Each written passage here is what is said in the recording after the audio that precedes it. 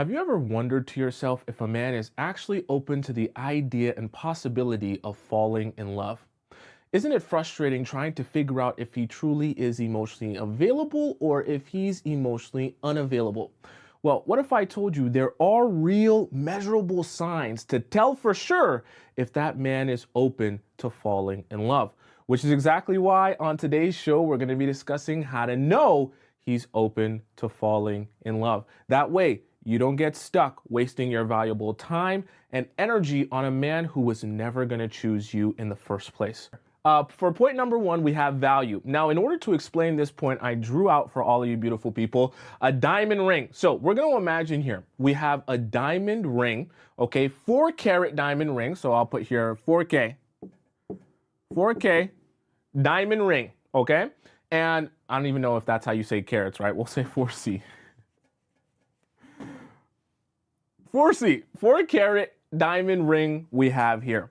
And I want to start this by asking you a question, okay? Let's say we have this 4-carat diamond ring here. I want each of you to tell me, what do you think the value of this diamond ring is? Just speak on what you think it's worth in your own eyes, whatever you feel the worth is, whether you feel the worth is $20, $10, $2,000, $200,000. What do you feel like a 4-carat diamond ring, natural diamond, okay? Not the lab grown stuff that was mined through the earth, through the way that the earth was created, right? A natural diamond. What do you think that is truly worth in your eyes? I want each one of you to spit out a number of what you think this diamond is worth. I've seen someone say this is really worth $5,000, right? Okay. What else? What's someone else? Okay, I see $200,000, right? Someone said. I see someone say $10,000. Okay, 10,000. Oops. Yeah, 10,000. All right. I see someone say 50K. Oh, yeah, we'll put 50K here. Let's see. Someone says priceless. Okay, well, I'll put that here too. Priceless. All right. So the reason that I want to draw this out here and give you guys some numbers, okay, fun little numbers, right? And there's a very important concept to kind of understand here. When I gave you guys this 4-carat diamond ring and I asked all of you to price it, you're all going to place a particular value on the diamond ring based on how important or valuable a diamond ring is to you. And the value that you tie to a diamond ring will be of a bunch of different factors of maybe your experience with rings, maybe, how shiny or nice diamonds are to you, or how unvaluable or useless and pretentious diamonds are to you. This could be a factor of your friendships. This could be a factor of your family members. It could be things that you've seen from your mother and father, right? All of these things culminate to what your thinking of the real value of this 4-carat diamond ring is, which is why I can give you the same ring and everyone has a different value placed on that ring, okay? So the reason that I say this is because when you start dating a man, in order to understand if he's open to the idea of love, you have to see what value he places on being in a relationship, number one, and being with a woman, number two. It's going to sound kind of weird because when you go out on a date, you're thinking to yourself, well, if I'm on this date, doesn't it mean that he values relationships? No, not necessarily. And if you're on a date with a man, it also doesn't mean necessarily that he values women and what women will bring to the table in terms of being in a relationship, right?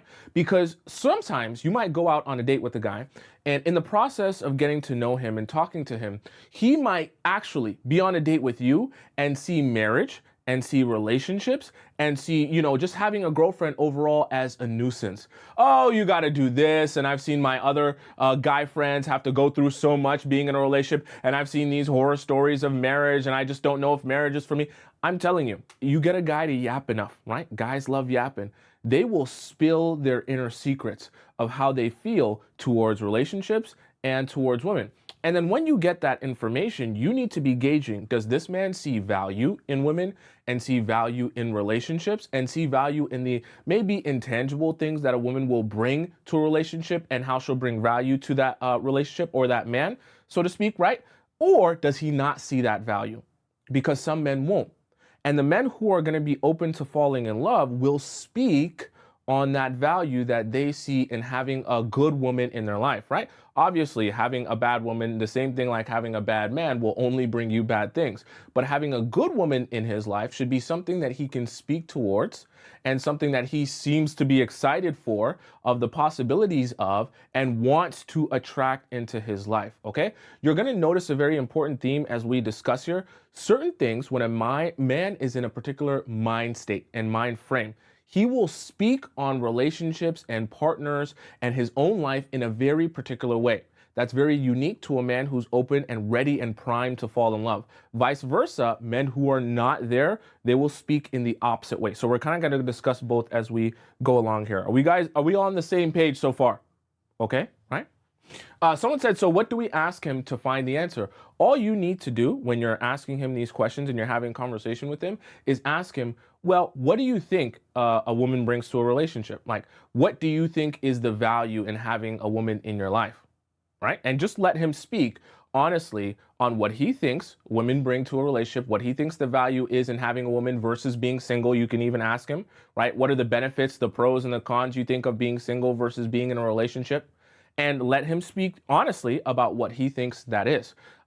Also, you got to make sure when he's speaking honestly, you're not judging in your facial expressions and in your body language. Because the crazy part about it is, you'll be shocked. You will go on some first and second dates with men. You'll ask them these type of questions and they'll start talking and you'll be like, I can't believe you're actually saying this out loud. You're actually telling me this and you're on a date with me. Don't you realize how much of a red flag that is? You have to make sure that you're inviting, oh, wow, that's very interesting. That's an interesting point of view. And let him just keep telling you and being honest about how he feels, okay? Let's hop into our point number 2, okay? Value, so important. Okay, so for point number 2 here, something that I really want all of you to be thinking about and paying attention to as well. And I just encountered this the other day when I was helping a woman, okay?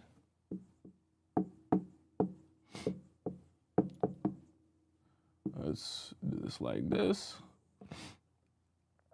So we'll draw the man up here with his large egg head. And we're going to draw some things underneath him. Okay. So we'll have here some smaller characters.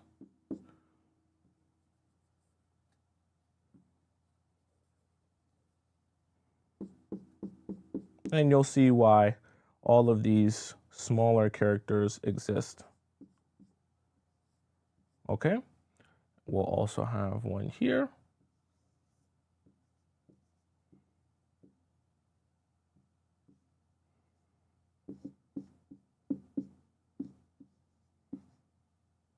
Yeah, we'll see.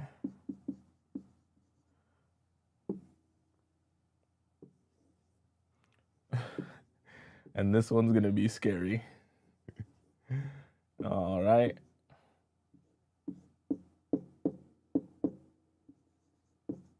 Okay. So let's do this like this. For point number 2, we have attachments. When you meet a guy, super duper important. If you're trying to gauge if a guy is emotionally available or emotionally unavailable, you have to be understanding what attachments does he have in his life. Now, there's a very easy thing to kind of spot as a red flag, and that is, well, does he have an attachment still to his ex-girlfriend or one of his ex-girlfriends? I.e., does he still see her at work? I.e., are they still in the same type of friend group? Or do they just hang out one-on-one because they're now transitioning into being best friends, right? That's an attachment that definitely, if you notice is happening and you notice this guy still has feelings or some sort of connection to his ex-girlfriend, then you definitely want to be avoiding those type of men like the plague, because that guy is not going to be possibly able to be open to the idea of falling in love if he still has love and is in love with one of his ex-girlfriends. Sounds very simple in theory, but a lot of times when you come on your first couple of dates, you're assuming I met this guy on Hinge, oh, he had a good vibe, whatever the case may be, that because we're on this date, that means he's ready to actually be in a relationship. Remember, that's not always necessarily the case. So anytime you get on a first date, you have to be asking these questions and inquiring about these things to have an understanding of, okay, not just are you on this date, but are you actually open and emotionally available to being in a relationship and falling in love with someone? Ex-girlfriend is something to look out for. Now, in a lesser sense, you might be thinking, well, why is the brother on here? He doesn't have a romantic relationship with his brother. Why would he be on here?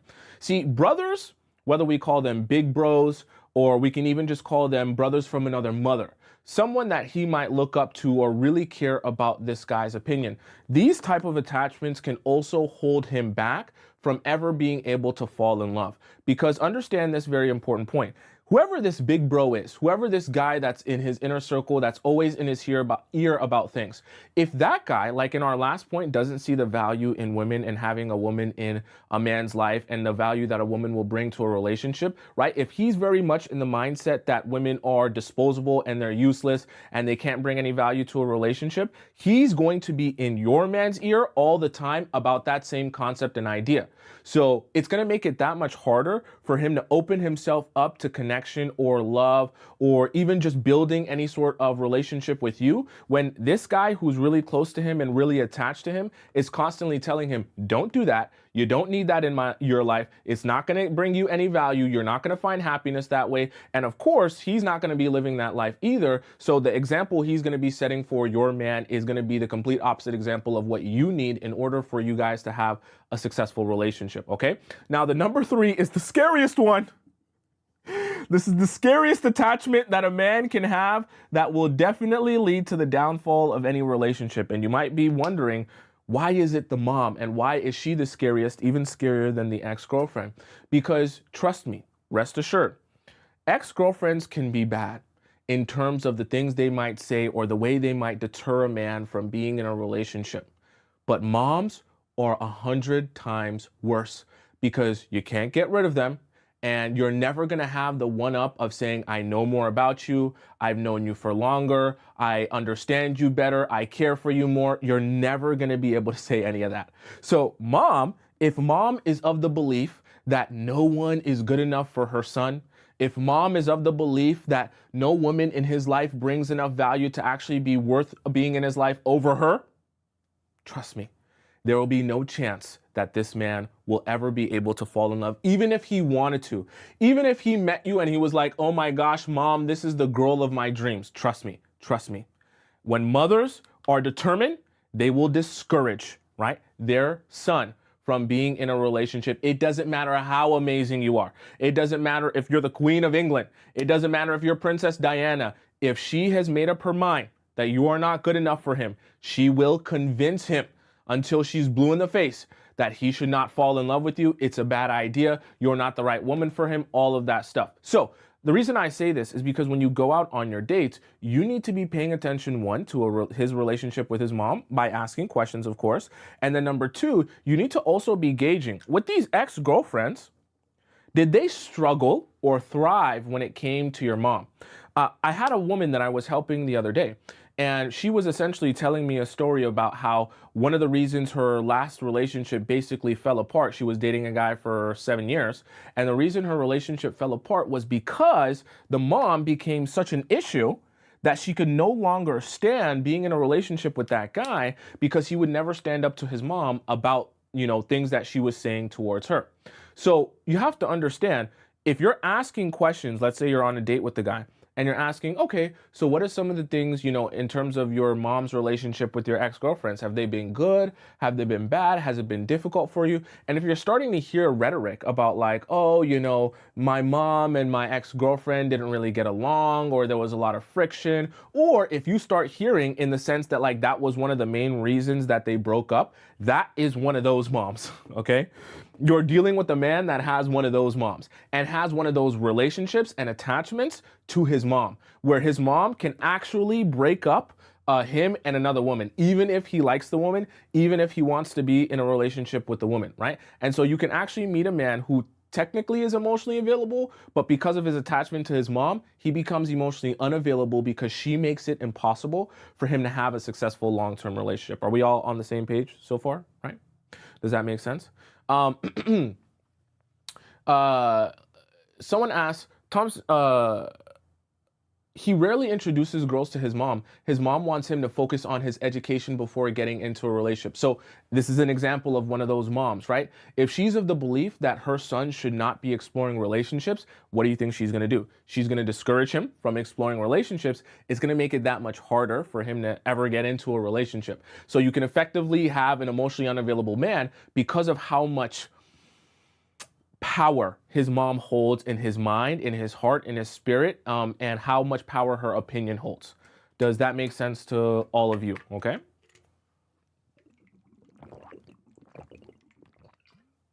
Princessa says, what if he doesn't say much? Then you got to get him talking. You got to get these guys yapping. The only way to get real information, chat, is to get guys yapping, number one, and then to be observing of their actions, right? If you can't, and we have shows on how to get guys yapping and asking questions and to get them to open up to you more, which we can have a whole show on exactly how to get each individual guy to open up, or in general, right? But that's what you have to do in any scenario. If you're gonna get information and get knowledge on a man, you have to get him to open up, and every man is capable of opening up, okay? Don't ever think that men aren't capable of opening up because of something you heard on a TV show or something like that, okay? Let's hop into point number 3. All right.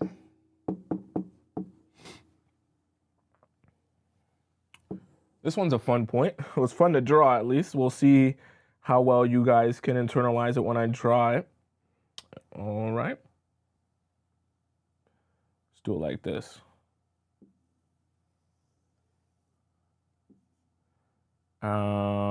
Okay, how am I gonna do this? So we'll do this.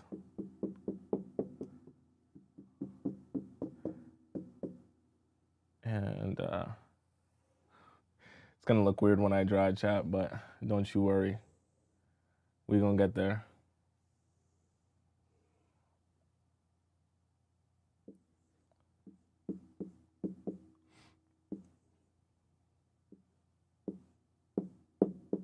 Okay, perfect. This is not bad. Not bad. All right. Perfect.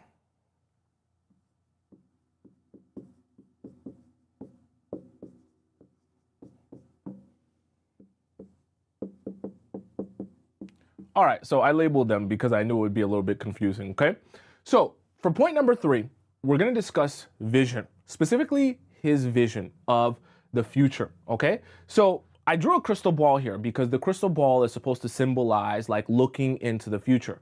Because when you sit down with a man on these very first dates, you want to be gauging and looking into this crystal ball. What is your vision of the future? Now, the mistake that a lot of people make is asking very simple questions that most men are prepared for, I should say, like, what are you looking for? Okay, that's a common one that if you're a serial dater, you probably ask on all of your first dates. But the problem is men are prepared for that question and they know how to answer that question in a way that sounds good. Now, what's better for you to do when you go out on your dates is ask men in general, what is your vision for the future for yourself? What are some of the things you want to be doing? The places you want to go, the places you want to live. What does that vision consist of? Because in that question, you're looking into the crystal ball and then you're getting a clearer picture of what his desired future is. Now, let me explain something to you from my own personal experience with myself and with my own guy friends of the different types of ways they will express this. I have some guy friends that because their vision of their future is so self-focused on just having fun, going out, doing what they want to do, and they really don't want a relationship or are interested in a relationship, they will answer this question with answers that all pertain to themselves. Oh, I want to go to Dubai. Oh, I want to buy a Lamborghini. Oh, I want to go here. I want to try this. I want to live in Miami. Whatever the case may be, right? Everything will be self-focused, right? Now, the friends that I have that are guys that are really, really keen on being in a relationship, they answer that question with things about themselves, but they always implement, I want to find a good woman. I want to find a woman that we can build a good, solid relationship with each other that I can trust. She trusts me, and we have a long lasting connection.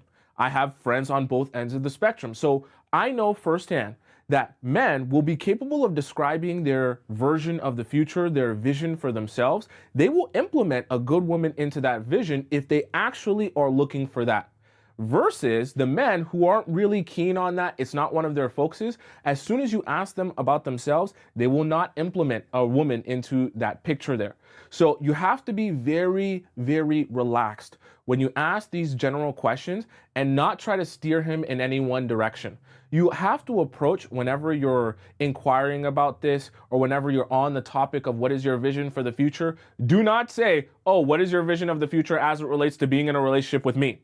What is your vision of a future as it relates to having a girlfriend that looks just like me? Okay? You have to just ask the question in a vague sense and let his mind go where it goes. Naturally, the men who have that on the front of their mind, because with every human being, there will be things that are on the front of your mind and there will be things that are on the back burner. So what I mean by that is if being with a good woman as a man is on the front of your mind, meaning one of your top priorities, it'll be one of the first things you mention when you talk about your vision of the future. Whereas if being in a relationship is on the back burner, you have a lot of other stuff you want to do before you do that, it's one of the last things, if you ever even mention it, that you're going to mention because it's low on the priority list, okay? Let's hop into point number 4.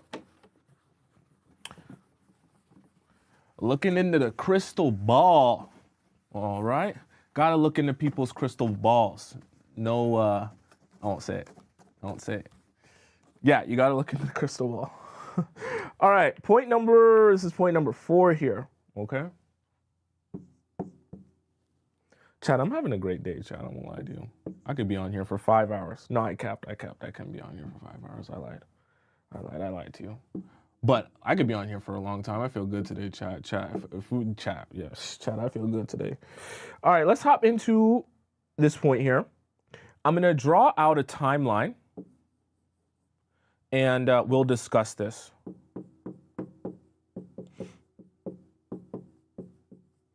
And then we'll have 4, yeah, like there, and then we'll have 1 there as well, okay? So this is what our timeline is going to look like. And you'll see why I'm drawing this like this.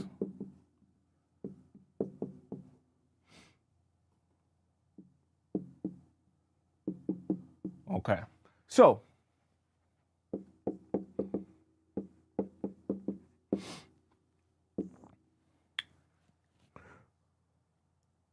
all right, so for point number 4, we're going to discuss the career, because make no mistake about it, you have to be very keen and aware. Where is that man's career when you guys are exploring a romantic relationship? Let me break this down in an example with you, and I'm going to implement this timeline so you understand what I mean. See, you might meet a guy, and let's just say for the sake of example that he is at the entry level of his job. And let's say he works as a software engineer, and he's starting off with an entry-level job as a software engineer. Now, you ask him where his career is at currently and where he wants his career to be in the future, and he tells you, yeah, I love software engineering. It's not like I'm going to ever leave the field. I just envision myself down the line being, a director or being in the C-suite, starting my own software engineering company or business, okay? Now, the reason I want you to pay very close attention to this, even though I know some of the things he might be explaining might be boring to you, like, Thompson, I don't care about software engineers. I don't know nothing about that life. What I want you to be paying attention to is how close or how far away is he from his desired career path, and what will be the changes required to get to that desired destination or desired outcome. Let me give you an example. See, in the engineer who wants to just get to a director or a C-suite level in his same career path, right? Now you're understanding, okay, there isn't going to be a drastic change in his lifestyle, which we're going to talk about in a little bit as time goes on. Because when he becomes a manager, his life's not going to change that much. He's just going to have a little bit more responsibility. When he's a director, a little bit more responsibility. And yeah, when he's a C-suite, maybe he's running a business, or maybe he just has even that much more responsibility and more subordinates, but he's doing essentially the same thing, and he just is becoming an expert in that field. Now, if you meet a man who his desired career path is drastically different from where he is now, this is a man who is not open to falling in love. Let me explain to you why. Let's say in this example, right, instead of having a software engineer, let's say you have a guy who wants to become a rapper, okay? And this is his desired career path. Oh, I make rap music and I'm telling you, I'm going to be the next Lil Baby. I'm going to be the next Drake. I'm going to be the next whatever, okay? And because this is his desired career path, he has a lot of work to do. Let's just say it like that. And now, instead of him working as a rapper currently, in order to pay the bills, he is a cashier, okay, at some grocery store. Nothing against cashiers. Now, he works as a cashier at a random grocery store, but his desired career path, right, his end goal is not to just be a head of the cashier store or to own, or sorry, a grocery store or to own a grocery store business. It's in a whole different field. Now, you might be wondering, well, how does this make him open or not open to love? So you have to understand, if a man is going to go through some drastic changes in the next couple of years, that man will be so focused on whatever it is he's doing and all the transitions and the changes that will be taking place in his life that I promise you, I'm telling you, this is a man, I'm just going to be honest with you. He will put love and a relationship on the back burner to chase that dream. And what you'll find is you end up getting neglected and left behind because all of the things and the energy that is required for him to go from cashier to successful rapper is going to take up so much of his time and energy, he won't have any left over for you.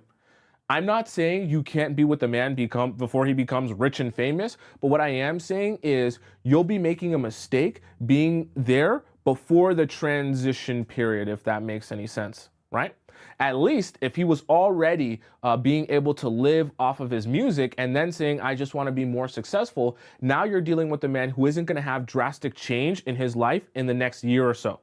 As opposed to being with the man who's going from cashier to rapper in 1 year, you're going to be dating basically a whole different person in 1 year.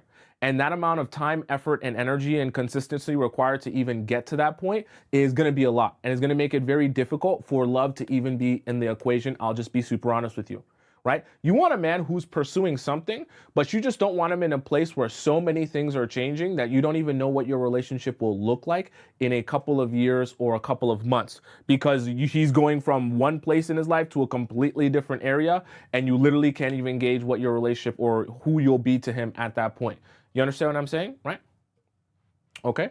Someone says, would you ever make a video on people who want women who want to wait until marriage? I watch your videos and they're so helpful, but I don't want to rush physical intimacy. I would definitely make a video for women who want to wait until marriage, but what would the video be about? Because if I make a video on waiting till marriage, then don't you just wait till marriage? Like, how would you, like, there is no physical intimacy if you're waiting till marriage. Then you're just waiting till marriage, right? Unless there's something specific that you wanted to know about waiting till marriage, maybe.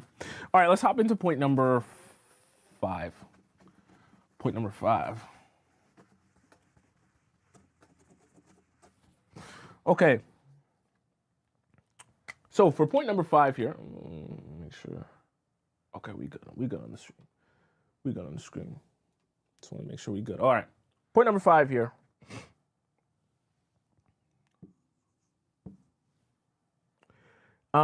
It's going to sound similar at first, but I'm going to explain a different aspect of this, okay? And you'll see exactly what I mean when I start explaining this, okay? All right.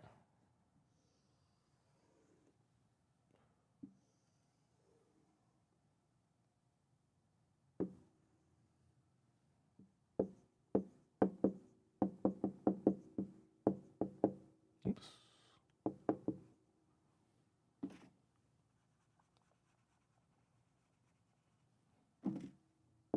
Okay. Let's write down here.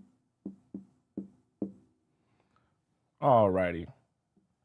So we'll go like this and like that. A lot of artistic skills required for this job, chat. All right. So we'll put here easy we'll put here harder. Okay. So I want to kind of help you guys visualize something so we can all be on the same page. Number 5 is lifestyle. See, you have to come to a sobering reality whenever it comes to dating men and realizing who will even be prepared to fall in love and who things will be a lot harder to get to that point with. Let me give you an example of what I mean by that. Let's say you're dating a guy who is working currently. His current lifestyle is that he works as a bartender at a couple of local clubs. So his weekends are basically not free because Friday, Saturday, let's say Sunday as well, and a Tuesday and a Thursday, he's working at a bartender at a local club, right? Now, you might think to yourself, okay, what's necessarily wrong with that? Being a bartender in itself is not necessarily meaning that he's a bad person. But the reality of it is, it will be harder to have a successful relationship with that type of man, one. It'll also be harder to have a man who is open to falling in love, who is in that particular lifestyle. Why? Because you have to think about, what does the lifestyle actually consist of? And is that conducive, which just means like in alignment with being able to have successful relationships? So for example, the bartender who's working at a bar is going to be doing what exactly? He's going to be working late nights out till 3, 4 a.m. He's going to have to talk to girls. He's going to have to flirt with girls and guys for tips, okay? And he's probably, let's say if he's a bartender, or let's say if he's a club promoter, he's going to have to be chit-chatting with them, DMing them, you know what I mean? Getting their numbers so that they want to consistently come back to the club and spend money, right? All of these things make it that much harder to have a successful relationship with a man. It also makes it harder, that lifestyle makes it harder to say, okay, I'm ready to fall in love now. Because the reality of it is, and we're going to talk about this as well in a little bit, is that if you're in a relationship and you're a bartender, you're going to have to do extra work in terms of sacrificing certain things or not doing certain things or being very careful in certain areas, because it's a lot harder to have a successful relationship as a bartender than it is as someone who works a 9-to-5 corporate job, right? Because now your schedule is off and the things that you're supposed to do for work are actually very much not in alignment with what most people would be comfortable with if they were in a relationship. So it kind of ends up working against you. So you have to be asking yourself when you meet a guy, and asking him when you meet him, what is his current lifestyle like? What are the things that he has to do on a day-to-day basis? What are his responsibilities? And you have to be honest with yourself. Do those responsibilities and does that lifestyle make it harder or easier to have a successful relationship? Because that's also going to tell you whether this man, right, is actually open or not open to falling in love. Because if a guy is working till 4 a.m. and he has to flirt with girls all the time, get their numbers and be nice and, you know, not talk about his girlfriend because he doesn't want to disappoint any of his clients, well, now all of a sudden we have a problem. Because truthfully and honestly, he can say he's open to falling in love, but he's not really open to falling in love if he feels like being in love and being in a relationship is going to hinder his success as a bartender. Are we on the same page here, right? So it just doesn't apply to bartenders. It can be any sort of career path in which you're like, oh, that's not going to be easy for us to have a successful relationship, and you're doing that line of work. So you can use your creative thinking to think of what different lines of work that could possibly be, or what type of alternative lifestyles that could possibly be, okay? Tell me in the chat, can you think of some career paths or lifestyles that would not be conducive to relationship success? Let me know in the chat if there's any that you can think of that wouldn't make a relationship successful if you met a guy. Let's hop into point number 6, I believe, right? This is point number 6. All right.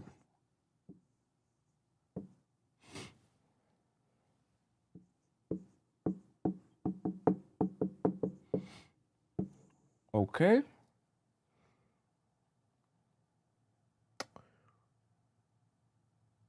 Oh, perfect. Love this one. Love this one.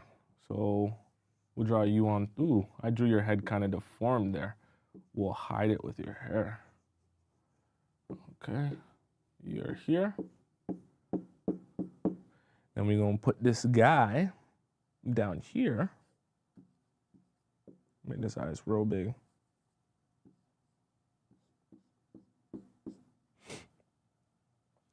And each one of you are going to have your own bubble. Okay? And I'll explain why in a second. So, okay. For point number 6, we're going to be discussing sacrifice. It's very important that when you start dating a guy, you get a very clear understanding of whether or not he understands the sacrifice necessary to be in a successful relationship, and the fact that he is open to sacrificing for a relationship and for the betterment and success of the relationship, okay?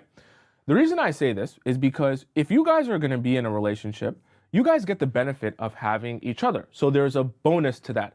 But in the process of that, you're both going to have to give up some things in order to get to that point, right? So maybe both of you aren't going to be able to come or stay out till 4 a.m. anymore, okay? Maybe now you guys are going to have to update each other all the time when you guys are out and about, right? You're not just going to be able to go out whenever you want. You're not just going to be able to do whatever you want, whenever you want, all the time, right? There's a little bit of sacrifice in that sense, right? Your ability to just up and go, right, is limited now. These are another one of the things that you're going to have to sacrifice, because you're not just going to be able to live wherever you want, or just say, I just feel like going out to some other place and be there for the next 6 months, right? Also, in terms of the places you go, right? So we can put here, up and go. Even things like the places you go.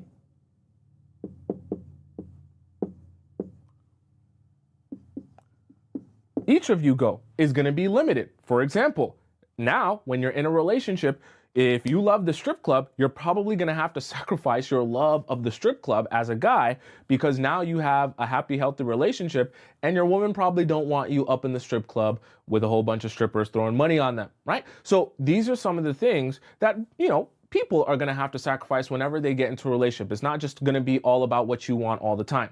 But you have to make sure, hopefully you're ready for that, but also the guy that you're with is also ready for that mentally. That is a mental state, okay? I'm going to say it again. That is a mental state. You're not going to fight it. You're not going to convince him of it. You're not here to persuade him at all. You're here to understand what is his mental state and approach to that idea. And you'll get that when you start flowing. And see, this is why questions are so important. Observation is so important, but like doing deeper listening is also so important. Don't just listen to the words someone is saying, listen to the context of those words and listen to the deeper meaning of those words, right? So for example, right, if a guy is talking in the process of him having a date with you and talking about his life, he's like, oh, well, yeah, you know, I don't get this idea of, you know, when women will want to be so controlling, they want to know where you're at, they want to share locations, they want to do this, they want to do that. It's like, bro, like sometimes you just want to go out with the boys, you just want to be free. Like, I don't always want to have to be checking in or telling somewhere where I'm at. Like, I just want to be able to enjoy life, not thinking about this, not on my phone, texting this and texting that. So these are the type of things. Listen to them, but listen to them on a deeper level, because being in a relationship is sacrificing some of that freedom. Not in a bad way. You're just trading in some of that freedom to have the other person. But that understanding has to be on both parties. So if he feels like, trading in my freedom to be in a relationship, disgusting, I would never sacrifice any of that. If that is his approach and that is his state of being as it relates to relationships, that man's not going to be open to falling in love. Despite what he might say to you, that's the deeper meaning about what he's actually saying. Because any real relationship worth having is going to require some sacrifice on both of your parts. So both people have to go into that relationship, if he truly is open to falling in love, with the understanding that, yes, I'm going to have to compromise some things. Yes, I'm not going to get my way all the time. Yes, sometimes I'm going to have to hear someone else's perspective, hear someone else's opinion. And even if I don't agree with them, I'm going to have to factor that into my decision making. If both people aren't ready for that, you're never going to have a successful relationship. Are we all on the same page? We all on the same page, right? Okay. All right, let's hop into point number, someone says sounds like he wants to be single. Yeah. But see, you have to be listening for that. You have to be listening for that. And I'm telling you, chat, you might be thinking, well, why would a guy come on a date? And the guys won't go on dates and be talking like that. They do. They do. Trust me. I've helped hundreds of women. Guys will come out. You could meet a guy from a dating app. You could be talking to a guy you met on Hinge. And you be thinking, oh, I met a guy on Hinge, so he's definitely ready to date. He definitely is ready to sacrifice. Not necessarily. You be shocked. You could meet guys on Hinge, Bumble, Tinder, anywhere, and you go on a date with them and you realize they're not in no position to be ready to sacrifice or even be in a relationship in general. It's very strange in the way it sounds, but trust me, it does happen a lot more than you think. Okay? Okay. Let's discuss our point numbers. Point number 7, right? 8, 9, 10. Okay. Yeah. Alrighty.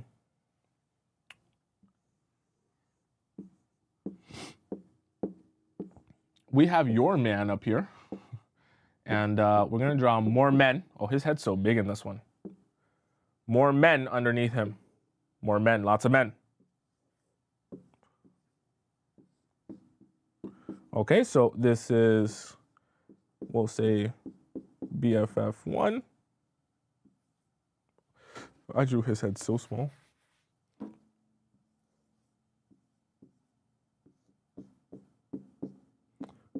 BFF2. And then we'll draw BFF number 3. He got a long torso. Okay, so something to take note of. Number 7, his friendships. I touched on this a little bit earlier when I was talking about attachments. Now, you have to, when you are dating a guy, you do not determine whether or not he's open to falling in love until you get a very clear understanding of the lifestyle his friends are living and the rhetoric that his friends speak with and what they're all about. Because these guys, these BFFs of his, will tell you a lot about where his mind state is at, the value he sees in women or being in a relationship, and whether that is even something that would be important, whether that is something that would even be important to him or a priority for him, okay? Very important to understand that as you're dating guys. You do not want to go out with a guy, start dating him, thinking that he's open to falling in love, only to realize that all his best friends do is discourage him from being in a happy, healthy relationship. Why? Because they don't see the point in it. And all of them are living a lifestyle of being single bachelors, just having fun doing their own thing. It sounds very simple in theory, but it's so hard to apply when you're on that date with that guy, because even if you learn later on that all of his friends are living the single bachelor lifestyle, you want to believe that your guy is the one guy that has just changed and evolved and is ready for something different. But my thing that I will give you is that I don't want you to make that mistake, because majority of the time it will be a mistake.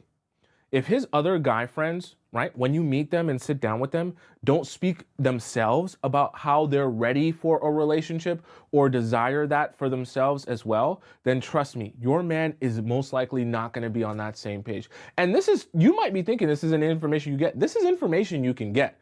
When you're asking even the friends questions when you finally meet them or sit down with them, or even when you're asking him questions about his friends, you can extract that information from them, right? In terms of, hey, what is your friend like? What is Josh like? What is James like? Tell me about them. What do they do for work? How do they live their lives? Oh, if you see on his face and he's talking about his friend Josh and he's like, oh, Josh, he's a wild boy. He takes trips to Dubai. He be out here having fun and this and that. And this is where I want you to come in, step in, and be like a best friend in the sense where you say, oh, what? Josh is crazy like that? Because you want to come across as, oh, I'm not judging Josh, right? And I'm not making any sort of connection between what Josh does and what you do. So this is where guys slip up a lot. they get so open with talking about their best friends because they love their boys, right? And they're so connected with their boys. But they make the mistake of feeling like, oh, I'm not incriminating myself if I tell you about what my boy's doing. If I tell you about how he's going out to Dubai and going out to Miami and he's smashing this girl and smashing that girl, and if I'm on FaceTime with him and you're hearing about this, you don't know the girl, so what does it matter, right? He's thinking it's not incriminating towards him. But what you should be doing is making the connection and saying, aha. So none of you guys are really focused on building long-term relationships. None of you guys really even desire that for yourselves, right? At least nobody in this friend group that I've seen. So now you can have a better understanding that, oh, if he's trying to convince me of that, it's more than likely a facade, number one. And what's really happening is this guy isn't really open to relationships. This is really just like his game to get me to play along because that's probably what he thinks that I want to hear. Because I'm telling you this as a guy and as a man who's also helped hundreds of women, more likely than not, if his friends are all on one page, he is on that same page. The likelihood that you're going to meet a guy who's on a drastically different page than all of his BFFs is slim to basically none. Okay? So that we're all on the same page here. All right? That makes sense? Okay. Let's hop into point number 8. Point number 8. It's a beautiful day outside. I might go outside for a walk after this, even though it's going to be evening for me. All right, let's hop into the next point. Why did it draw like that?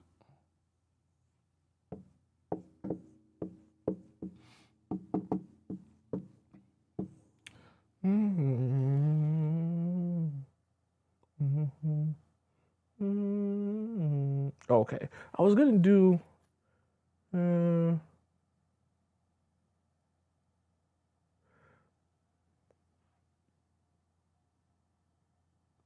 Okay, let's do this like this. We'll do this like this.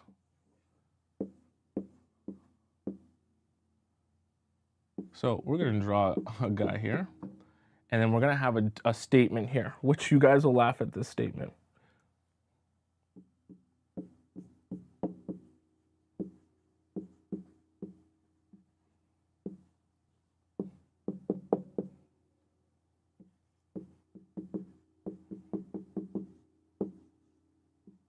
Okay, and then we're gonna draw some bullet points here. All right, so you'll see how this is gonna work here. So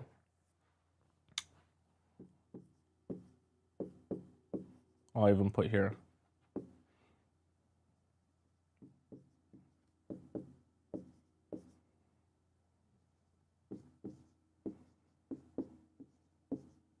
So we're all on the same page. Okay, so for point number 8, we have promises. Now, we have a pretty funny statement here for me to kind of give you guys an example of what I mean, because I hear this all the time. I actually don't drink. I quit drinking like 2.5 years ago. So this is a statement. Whenever I meet people and I tell them I don't drink, they're always like, oh, I'm quitting next year. Oh, 2025 is the last year I'm going to drink. Okay, I hear that all the time. So let's imagine, hypothetically, you meet a guy and he, at the beginning of your talking stage, makes the statement to you that he wants to quit drinking. That's one of the things that he's making a promise to himself he's done doing. It's ruining his life, it's ruining his friendships, his relationships, all that other stuff. And he wants to get rid of drinking in his life, okay? So day 1 of no drinking, let's say he actually takes no drinks, all right? But come day 30, there are a couple of parties here and there, and you know, it's very hard to go out and really be sober when everyone else is getting drunk and having fun. So it gets a little bit uncomfortable, you know, going out with friends that are drinking and they're not drinking. So rather than just no drinks at all, on day 30, he's just, you know, having a couple of coolers with the boys. You know what I mean? He's kicking it back, keeping it light, maybe even a glass of wine, but nothing that's too crazy. He's not going crazy. He's not getting blackout. But by the time we get to day 60, now he's taking shots, right? And one shot leads to another shot. Now he's having mixed drinks, right?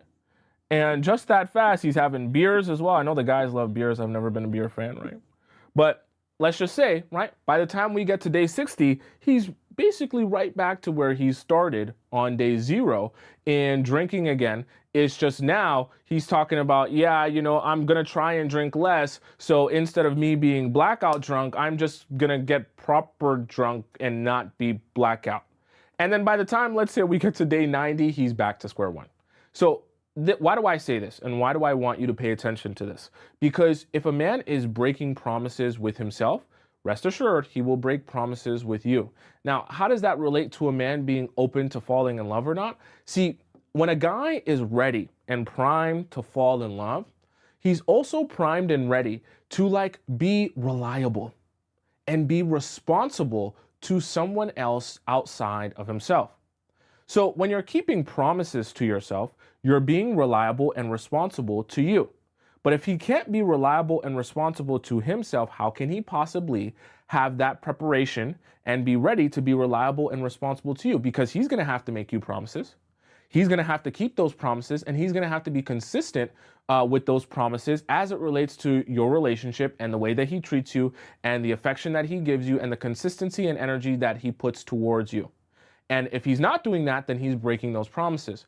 Once again, it's a mind state. It's a state of mind, a state of being that you have to be into before you can actually be primed to step into a relationship and be successful in that relationship. If a man cannot keep his promises to himself with something as simple as, hey, I want to quit drinking, or at least I just want to stop drinking or cut back on it, whatever the case may be, then he's definitely not going to be primed or in the mental state to do that with you.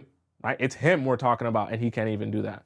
So very, very important when you're thinking about being with the man and paying attention to his lifestyle, paying attention to the promises he keeps to himself or breaks with himself will be very, very, very important. Okay. If he doesn't think he has a drinking problem, then whatever. Okay. Whatever.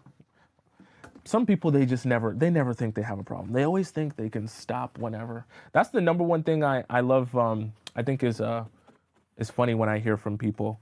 Because I've been there, I've been there too, where you think to yourself, oh yeah, I can stop any day. I just don't want to stop any of those days. But if I wanted to, I could. Okay, you got it, bro. You got it. Number 8. What is that, number 8? That's number 9. I'm tripping.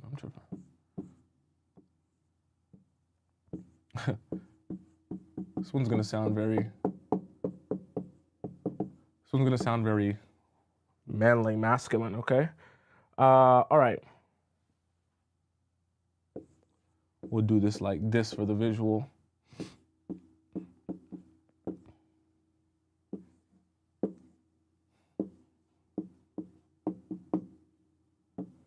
So let me draw this out, and we'll have some discussion about this.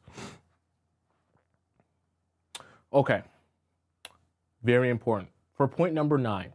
Work ethic. Now, it sounds very masculine and manly when I'm saying it like this. You need, as a woman, okay, observe that guy's work ethic.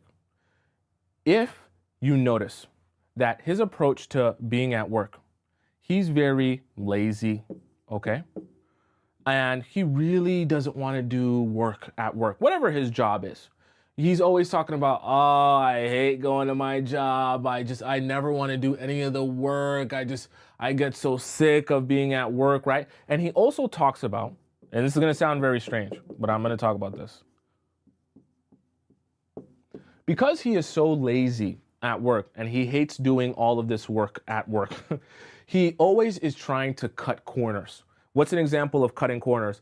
Oh, yeah. So basically, when I'm at work, if I choose to work in the cereal aisle at the grocery store, nobody usually comes in that aisle for a long period of time. So I usually just walk back and forth there to waste time, and I'm on my phone because I know that's the best way for me to avoid having to go and do actual work. So I always hit the cereal aisle first so that I have to do the least amount of work at work, right?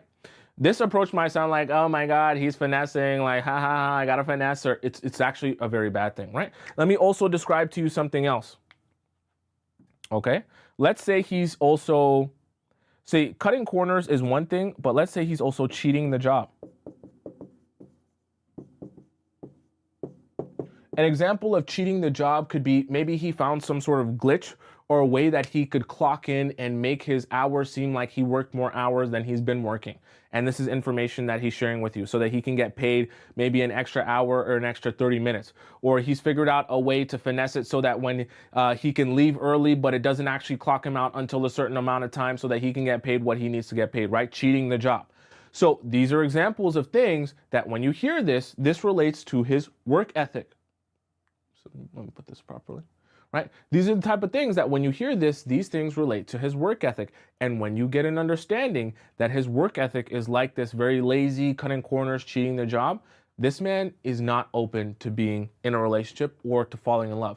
Now, you might be thinking, how do those two things connect? Well, they connect because you have to understand, if a guy is ready for a relationship, truthfully ready for a relationship, he should have the understanding that that relationship is going to require massaging, is going to require effort, is going to require consistency. That should be the mind frame and state of being, I say it again, that he goes into a relationship understanding he has to be prepared for. The problem with that is if his already existing work ethic is this is the same work ethic he will bring to a relationship. All right? I know all of you guys are looking for signs. All of you guys want him to just tell you exactly how he feels, exactly what he wants, and you don't want anything to be a mystery, right? But the reality of it is you can get that information. It just comes in a different format. So if you want to know what his level of work ethic or consistency will be with you, ask him about his work ethic or consistency on the job. If he's in this mode, the laziness, always cutting corners, always cheating the job, how do you think he's going to do the relationship? The exact same way. And the men who are focused on cutting corners and cheating the job will not be open to love because they don't want to do or sacrifice or do the work that love will require to actually be successful, right? Because being in love, falling in love, and having a loving relationship takes a lot of effort, takes a lot of days where it sucks, takes some days to that require discipline that aren't the most amazing to eventually get on the other side, right? But if someone has very little to no work ethic, that process is going to be very painful, very hard, and you won't be able to work with that guy. Does that make sense? All right, let's hop into our 10th point. Point number 10. We all on the same page? Are we all following? Okay, I hope I haven't lost any of you. Hope not. Hopefully not. Point number 10.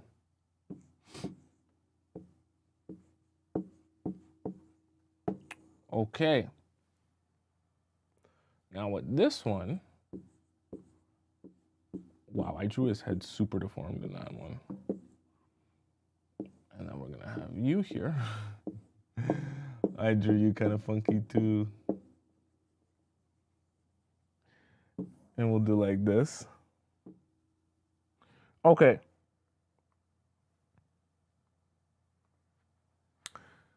So for point number 10, we're going to discuss love, but love specifically as it relates to what that guy thinks love is about and what his desire for a loving romantic relationship will be. What I mean by that is, let's say you go out with a guy and you start asking him, well, what do you think a romantic relationship should consist of? What is your ideal romantic relationship? What are the character traits of it? Where do you guys go? What do you do? What does it feel like? What does it sound like? How do you talk to each other? All of those things. When you're having this conversation with him, right, you need to be listening back. How does he actually describe love? And what does he want to extract from the experience of being in love? Okay? So, for example, let's say this guy says, oh, I want you or my girlfriend to basically be like a guy friend, right? I want her to watch football. I want us to play video games, for example. Okay?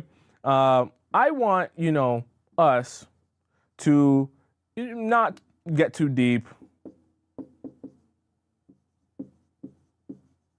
and really and truly just only have fun. Keep it light.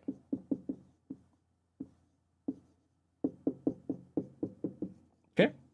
So, I'm not saying that any one of these things are bad things to want in a relationship, but listen to the overall sentiment here. Someone says he wants a BF. Okay, precisely. So you guys are learning, right? When you're soaking in knowledge, soak it in its totality, in the sense that, like, ask yourself, what is he really asking for here?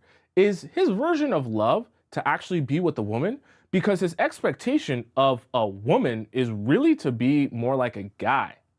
Not that there's anything wrong with you taking some interest in some of his interests, but if he's so focused on your relationship resembling his friendship with his guy friends, that guy's not ready for an actual relationship. Because when you're a man and you're looking for a woman, your explanation in the way that love will make you feel, the things it'll do to you, and the way your relationship dynamic will be should not resemble a relationship with a guy friend.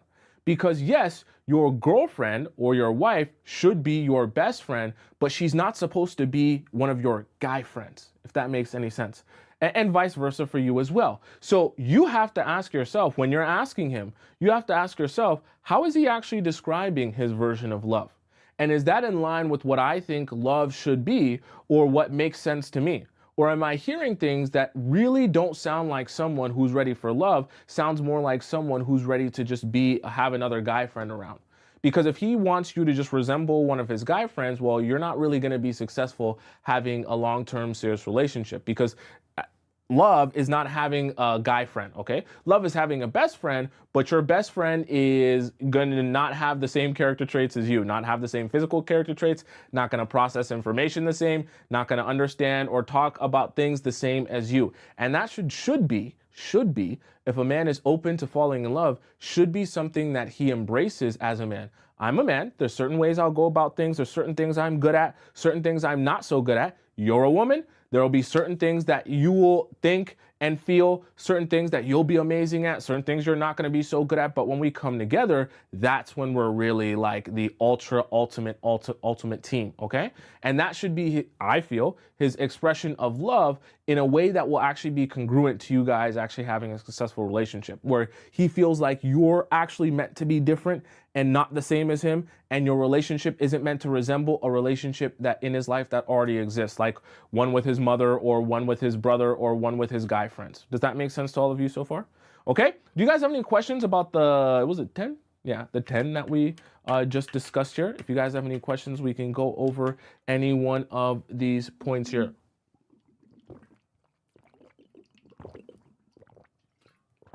I will do my best. Damn, that water was good. What the hell?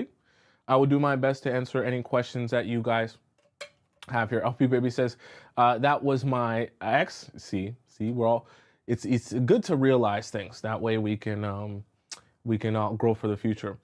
Someone says, she's not your homeboy. I have told a man this, I am not your homeboy. Precisely. Now, I will say you do want to make a guy feel comfortable enough to talk to you like he would like discuss information openly and freely, like he would feel comfortable with his own boys to discuss information. You want that element, but you don't want him to actually see you as one of the homeboys in the sense of like the way that he treats you, or that to be the expectation of your relationship, that you're his homeboy, right? There's a certain level of respect, way you'll speak to your girlfriend or your wife that you wouldn't speak to a guy friend that way, or you wouldn't speak to her that way as opposed to one of your guy friends. There's boundaries with everything.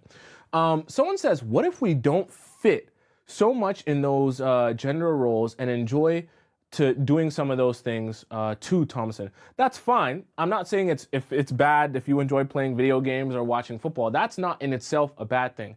But the thing that I want you to be looking for in terms of when you're hearing a guy describe to you what he thinks love is, what he thinks a relationship consists of, and what's the most important parts of it, you want to be hearing what is important to him, where he puts emphasis on, and if that actually sounds like a relationship or a friendship. Because it sounds very weird, I know it does, but some guys, they're actually more looking for a friend, like an actual like friend to just get along with, than they are looking for a romantic partner, right? So you have to, in process of you asking questions and observing and listening, you have to be extracting, is this guy really looking for a romantic partner or just looking for a friend? Because you can do all these things with a casual friend, But the reality of it is there's an extra part of a romantic relationship that is also very valuable and important, that if a guy's open to falling in love, those will be the places that he puts the most emphasis on, because he's looking for a romantic relationship first. And obviously that person, he wants to be his best friend as well. But the most important part of that is the romantic relationship part, not the just having a casual friend part. Does that make sense? Does that make sense? Am I explaining that correctly? Okay, right? It's not just about gender roles in that sense. Let me see here. We have to keep dating our men, ladies. I mean, yeah, we do. It's okay. It's okay. We'll all get there gradually. Someone says, what happens if a man? Oh, let me see here. What happens if a man keeps calling a woman masculine? What do you mean? What happens? You're not gonna explode or anything. Nothing. I don't think anything bad happens. You think something bad happens? I don't think anything happens. LP Baby says, what if he told me he doesn't care what his mom thinks or feels about me? Should I believe him? Well, I'll say this. Have you observed that guy is close with his mom? Let's just say hypothetically he actually doesn't speak to his mom, and he basically, his mom's not in his life whatsoever, then that is believable. But if he's saying that he doesn't care what his mom thinks or feels, and every weekend he's going over to have a fiesta with his mom, come on. That's not that's not congruent with, that doesn't make any sense. Because if he's close with his mom and then he's saying he doesn't care what she thinks, it's a lie. Because when you spend a lot of time with someone and, if you're valuing your mother and you care about her and you feel empathy for her because obviously she's your mom, then it's going to be very difficult to see her express unhappiness with the girl that you're dating and not have that affect you in some way, shape, or form. So that's why I say you got to be careful of what guys will say in that sense, because it's not always true. Okay. Right.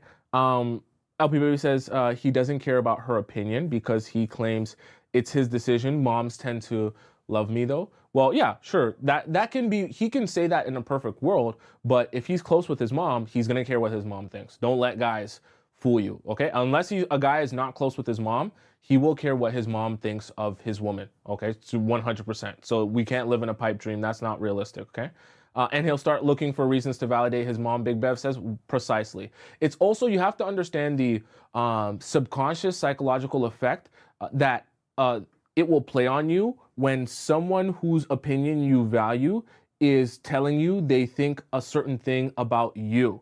So for example, even if you're thinking that, oh, he says he doesn't care what his mom thinks and he's not going to make a decision based on his mom, if he's close with his mom and for long enough his mom is constantly saying she's not this, she's not good at that, you won't like her because of this, she sucks at that, it's going to be bad because of this, it's going to be bad because of that, that is going to seep, it's going to saturate into his brain. This is the way I describe it. And as it's saturating into his brain, that will start to become biases that he starts to look for confirmations for as you guys are having your relationship. So if she says, oh, that girl is bad news, she is one of those little sneaky hoe-like girls, whatever the case may be, even though he might not believe that, as that's saturating in his brain, now when you start doing certain things, you start saying certain things, he's going to be thinking back to what his mom says. So now you see how that can kind of snowball out of control after a while. So you got to be very careful with when guys say, I don't care about my mom, what my mom thinks, because they do, and it will subconsciously saturate in their brain whatever she is consistently saying, okay? Pink Barbie Doll says, I told him we're not compatible and he made an offer of, can we be friends? Absolutely not. Absolutely not. Pink Barbie Doll, if you're new here or you haven't seen, the other shows where I discuss this, you should never be transitioning a guy that you started off trying to be romantic with into a friendship. It doesn't work like that, because that will mean by definition your friendship with that guy is inappropriate, because it was never truthfully about friendship. It's just about not working out in a romantic relationship. Because the reality of it is, if you told your new boyfriend that, hey, by the way, one of my good friends I once tried to date, it just didn't work out between us, he would most likely feel uncomfortable with you being around that guy, because the relationship or the friendship would be inappropriate. So if you're able to acknowledge that in that sense the friendship is inappropriate, why bother wasting your time and energy on a friendship that you can't even keep? Do you understand what I'm saying? Like if you find a new guy that's actually the guy you want to be with, you're not even going to end up being able to keep that friendship. So why waste more time on a situation that is inevitably going to end? Why not just build up your friendships that you can keep when you get your new partner? Do you understand what I'm saying? Like, set yourself up for success. Don't set yourself up for failure in that sense, okay? Someone says you can't stay friends if you already slept with him. I even think if you are already tried dating him, is no friendship there. Like, don't fool yourself. Like, you tried to go on a date, you tried to be romantic, even if it wasn't physical romance, it didn't work out. You move forward and you let your platonic friendships carry forward, but you leave those dead romantic connections in the past. Like, you have to really be that cutthroat with it, because then when you have to also be thinking about your future, right? When you finally get to meet the man of your dreams, you don't want to have any of this extra baggage or any of these extra weird connections or things that could make that guy think to himself, oh, maybe she's not who I want, right? You want to be preparing yourself to also be in a position of leverage and to be successful, that when you meet the man of your dreams, you're also the woman of his dreams. Because the same way you wouldn't want to meet a man who has like an ex-wife in his life or a girlfriend that he's still seeing and basically has in his life and all this other stuff, right? That type of baggage would be things that you'd say, oh, you were the guy I was looking for until I realized A, B, and C about you. You wouldn't want that, so we need to rid you of that so that we can prepare you for meeting that guy, and then you're also the girl of his dreams as well, without any of that extra baggage, right? Melinda says, oh, someone said, Electric Field says, choose me or keep it moving. I like that. Melinda says, I asked the guy if he is attracted to me via text, and he hasn't responded, but he read it. Should I assume he isn't, or is he playing games? Assume he's not attracted to you. And you have your answer. Also, a little bit of advice, Melinda, and for anyone else who's ever curious, the last thing I think you should ever be doing when you're dating a guy is being too on the nose and asking direct questions like that. So what I mean by that is, like, if a guy is going on dates with you consistently, you don't need to ask if he likes you. If a guy is consistently messaging you all the time, you don't need to ask him what it is. Let guys play out their feelings. And because guys, they're not as good at describing what they feel on the inside, even though I'm on the show, right? Guys aren't good at that. They're good at being able to show you that through their actions towards you. So if they're able to be consistent with you, take that as your answer. If they're always trying to talk to you, always trying to hang out with you, take that as your answer. The more on the nose you are with men, sometimes, honestly, the worse it becomes. It's better for you to just observe their actions and be listening in terms of with context and implications to understand how he really feels. Okay, all right. Someone says it makes it look like you have no confidence in yourself. Their actions will show. Precisely, right? You don't want to come across that way, right? Someone says, yes, we have lost the art of subtlety. It's killing romance as a whole. That's why I say, and I know for some of you it makes it feel like playing a game, but it's not. People are just more interesting when they don't put everything out there. The people in your life that are like I want to tell you everything I feel and I think right in one moment and lay it all out there. Truthfully and honestly, you might think I like that because it makes it easy for me to categorize you and know what you think and feel. But the reality of it is you don't respond to that, in the sense that you are the least attracted to the people who are the most upfront with you about everything they feel and they think. Those people are not a mystery to you. You don't spend any time thinking about that. And actually, all of you are a great example of that, because majority of you guys that are in my show and watch my show on a regular basis aren't even unattractive women. Most of you are attractive women who are capable of attracting multiple men. So your problem is not in attracting men. It's just that the men that really, really want you, you don't want them. And the men that don't want you, those are the men that everything always seems to go wrong. So this is a perfect example of the fact that, like, the men that you don't want are most likely the men always, oh my God, I love you so much. Oh my God, you're the best thing since sliced bread. Oh my God, I worship the ground that you walk on. You're like a goddess. I've never seen anyone who looks, and you're so uninterested. You're so turned off. You're not, like, it's cool because when you get it, you're like, cool, I get how you feel and I know you like me a lot, so you don't question anything. But in the process of you not questioning anything, there's no mystery, there's no nuance, there's no subtlety, so then it just becomes very boring, right? So think about that and how you respond to those guys that actually give you that and why you respond that way. So then we have to kind of reverse that for you so that you don't come across that way to the guys that you actually like. Because when you actually like a guy, now you're thinking about how to spill all your secrets. Now you're thinking about how to do everything in one night and how to be his girlfriend on day 0. Like all this stuff that will just make you super repulsive to guys. Very repulsive, okay? It's very nasty on both ends. All right, let's hop into our next segment of the show. By the way, for those of you who have a personal question for me, feel free to ask your personal question by going into the link in my bio if you're watching on TikTok, or the link in my description if you're watching on YouTube. Click where it says private relationship advice, and you can ask me a personal question there.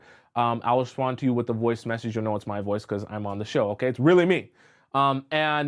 Also, for those of you watching on TikTok, you can find the show as well on my YouTube channel.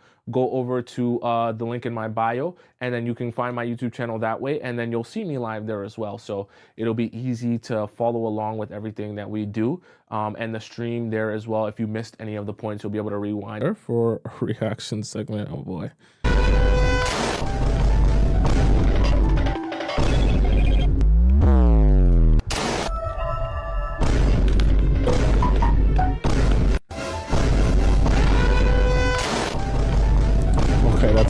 That's a lot of bombs. So I actually think there's actually something very interesting to learn and observe in this, in that this same idea of taking in the context of what is being said here, not just like hearing it, but like really taking in what's being said here and asking yourself, like, does this even make sense or is congruent to a real healthy relationship? And then being honest with yourself in the answer of like, no, it doesn't, is the way to go about it. Now, I would love for this same process, exactly what she's processing here, I want you to be processing in your actual in-person dates. So, for example, she's thinking, okay, this guy is working as a bartender. Like we kind of talked about today, career and lifestyle. What is the career and the lifestyle going to be of a guy who's a bartender? I'm assuming he doesn't want to be a bartender forever. So what's going to happen when he transitions into not being a bartender? Where is his life going to go? Where is he going to live, right? The other things, figuring out my dating goals.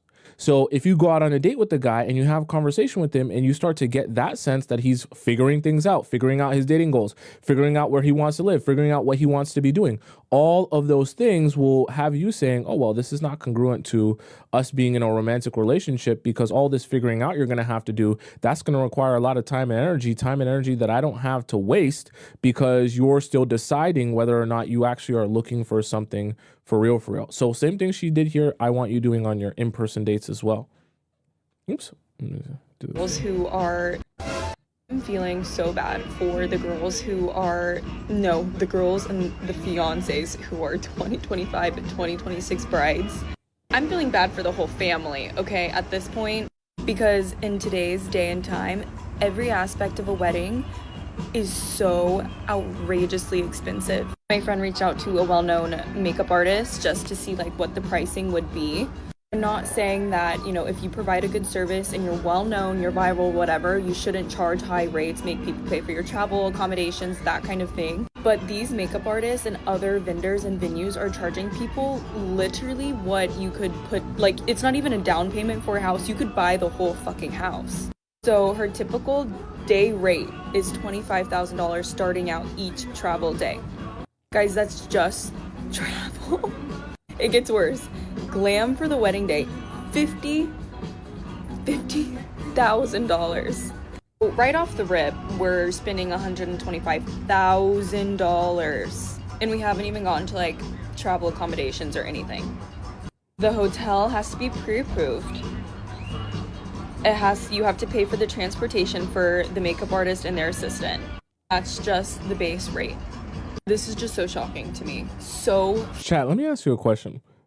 As a woman, just give me your honest answer. Do you feel like when you do get married, it has to be a big wedding, or you're okay with it being small, or you want it to be like medium size, like family and close friends only, or you are okay with it being so small to the point where you guys just go to like a small church and get married and only you guys are there? Like, what, be honest with you, what works for you? Or if it's no wedding, that's also fine as well. I'm very curious, like, where each one of you are at, okay? Someone says, no, absolutely not a big wedding. No wedding, Henya says. Small. I'm Nigerian, so it will be big, okay? I see Scotty says small. As long as he doesn't have money left to cheat, I'm good. Okay. Okay. I'm really thinking the courthouse, family and a few friends, a big wedding for me. Okay. I had a medium-sized wedding. Regrets? Why do you regret having a medium-sized wedding? You think it should have been smaller or bigger? Which one? A small wedding, elopement. Okay. Size doesn't matter. Very small. I don't think, never mind. Never mind. I want it to be elegant, extravagant, but only about me and my husband. I just want to elope. Big wedding. Okay. I have a big family. It seems like most people go medium to small. It seems like there's a limited amount of people that want super big, because I do know weddings are very expensive. I met a woman the other day. She was saying that she was like, her wedding was definitely going to be easily like in the $100,000 range. I was just like, damn, that guy really loves you. Vibes, I guess. Okay, so boom. A couple months ago, I was talking to this guy, and mind you, let me tell you a little something about this guy, okay? I literally never share any of my lore on here, but so be it. Let's do it today. Okay, so he's liked me since my freshman year in college, and a couple things happened, and I thought he was cute, but we ended up never getting together because my friends didn't like him. So I was like, my friends don't like you, you're chalked. But it was kind of like for a petty reason. Then I stopped being friends. I stopped being friends with those girls, and like earlier this year, we had reunited, and I was like, oh my god, he's so cute. And so I think he still had a He wasn't cute before when. Let's go on. crush on me after all this time, so I kind of just hit him up, and we started hanging out, right? We hung out, and it started to like get romantic because he had feelings for me, and I thought he was cute, and I started to like him. And so we started hanging out like damn near every day, and he was just asking me if we could hang out all the time. I was always over at his place, and it was kind of getting serious, and I was like, damn, like I might end up dating this nigga, like dang. And so here I am starting to fall for the nigga. Mind you, he's liked me for like a year, like literally a year, and everything's going smooth. Like I'm even telling my friends, I'm even posting him on my spam. I was cooked. And then spring break comes where I'm the most free in my life, and I'm trying to hang out with him, and then all of a sudden he's acting like he's cool off of me, and I'm just like, am I tripping? Like we were just okay. And so he's acting like he's cool off of me, and so I'm just like, like I should tell him, like I should just be like, I feel like he's the princess and I'm chasing him, like I'm his knight in shining armor. And I was like, that's just not gonna happen. That's not how I fly. So I sent him a little text message. Mind you, I'm literally a D1 avoidant. I'm a D1 avoidant. Like for me to not even ghost him was already taking so much of my strength. And so I respectfully, instead of ghosting him, texted him, and I was just like, I feel like I don't know if I'm wrong, like correct me if I'm wrong. I feel like I've been putting in so much effort to see you, and you kind of don't want to be with me, and you've just been making all these excuses instead of wanting to hang out with me. Like, what's going on? And I kind of just asked for an explanation, and I was kind of like, I'm not gonna chase you, so I'm just really gonna take a step. It's always a mistake. I'm not laughing at her. I'm laughing because I know your therapist will tell you open and honest communication is the best way to go about everything. But with men, you just can't, like, especially at the beginning when you're not yet established boyfriend, you just cannot. You can't. You have to let men be and decide for themselves whether they want to talk to you or not. You have to. Whenever you ask for the explanation, you're not even going to get a good one or the truth. All right, or you're just going to hear something that's going to upset you even more. And it's just, even when you do ask for the explanation, they're never even going to make the actual change. So the outcome is horrible regardless. You're better off just letting him reach out if he's ready to reach out. And if the time passes where you're just like, it's been damn near over 2 weeks and he hasn't said a word to me, then you know for sure if he reaches out after that, it's completely done and you're never going back to talk to him ever again. So it's not just about like, oh, ghosting the person, but when you feel like you need to do that, I need explanation text, don't do it. Step back, and you can figure out what's going on. And he literally just said, okay. He said, okay. And that was his entire response to me saying that I felt it never works with guys. I was chasing him. And so after that, I was like, you must not like me. And I'm gonna go my own way. Like, yes, I really do like you, but I'm gonna separate myself away from this because I just don't, like, why would I stay here? Like, you don't want to be with me. And it kind of did hurt my feelings and my ego a little bit because I was just like, damn, like. So this is where a lot of women will spiral out of control. I don't know if she's going to say anything more than this, but a lot of women will spiral out of control here, because then when they get that okay, now they want to press for answers. Because the truth is, you stop, instead you go from chasing the guy to chasing answers, but the feeling is the same. So when you ask for that explanation and you send that text, you want an answer that makes sense, that will make you feel good. When he tells you okay, it's not good enough. So now someone just said it's crash out time. So now your crash out becomes centered around the fact you want an answer. You want a real answer. So instead of just okay, whatever. If that's where you're at with it, whatever. Then sometimes, when you get into that mode, you can start saying, nope, I want you to explain to me. You better tell me this, and why the F would you do that? And now you start freaking out. You go crazier, and now you just dig yourself a deeper hole. Did you not like my personality? Like, was I too much? It just left me with a lot of questions unanswered. And so I was just like, dang. Chasing answers, like I said. Like, I was sad about it for a couple of days, but then I was just like, he's just a man, and I moved on. And then I was kind of like still butthurt, so I texted his friend, and I was like, he will rue the day. He will rue the day. Trust me, he will rue the day that sees him. And I always say that because you will rue the day. Like, I don't know. And so I kind of never texted him after that. And then I saw him at a rue the day just means regret the day, chat. It's I think she's Nigerian, that's why she's saying it like that. Party, and he tried talking to me. He literally tried pulling me away at this party, and I was like, are you mad? Like, are you insane? I was like, what is doing you? Like, what is actually doing you? And so I obviously was like, fuck no at the party, and I just didn't talk to him. And I didn't hear from him for like weeks after that. And then all of a sudden, because I had removed him from all my social media too. Removed him as a follower, and I unfollowed him. And then a couple weeks later, he replies to my story and says, I'm ruining the day.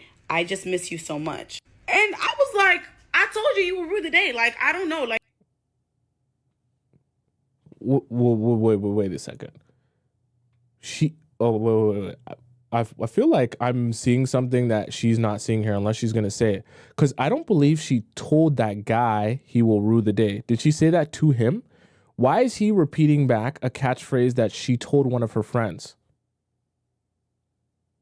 Am I the only one? Okay, hold on. Let's insane. I was like, she told his friend. Okay. I'm like, why is that catchphrase? Social media too. Removed him as a follower, and I unfollowed him. And then a couple weeks later, he replies to my story and says, I'm ruining the day. I just miss you so much. And I was like, I told you will rue the day. Like, I don't know. Like, you really did miss out on a genuine, kind-hearted girl. Like, and I'm be honest. That probably stemmed from, she probably posted a picture where she looked bad as F, and he was like, damn, I'd love to smash again. That probably is where that stemmed from. I'm going to be real with you.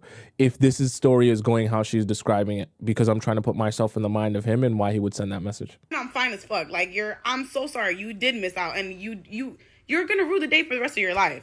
And so he said that he missed me, and I still had a soft spot for him a little bit, but I texted him. Cooked. Back, and I was like, get a load of this guy. And he left me on scene. And I was just like, okay. And then I still wanted to hear his side, so I kind of like texted him on iMessage a few hours later. No, this is so cooked. Why would you do this? Oh my God.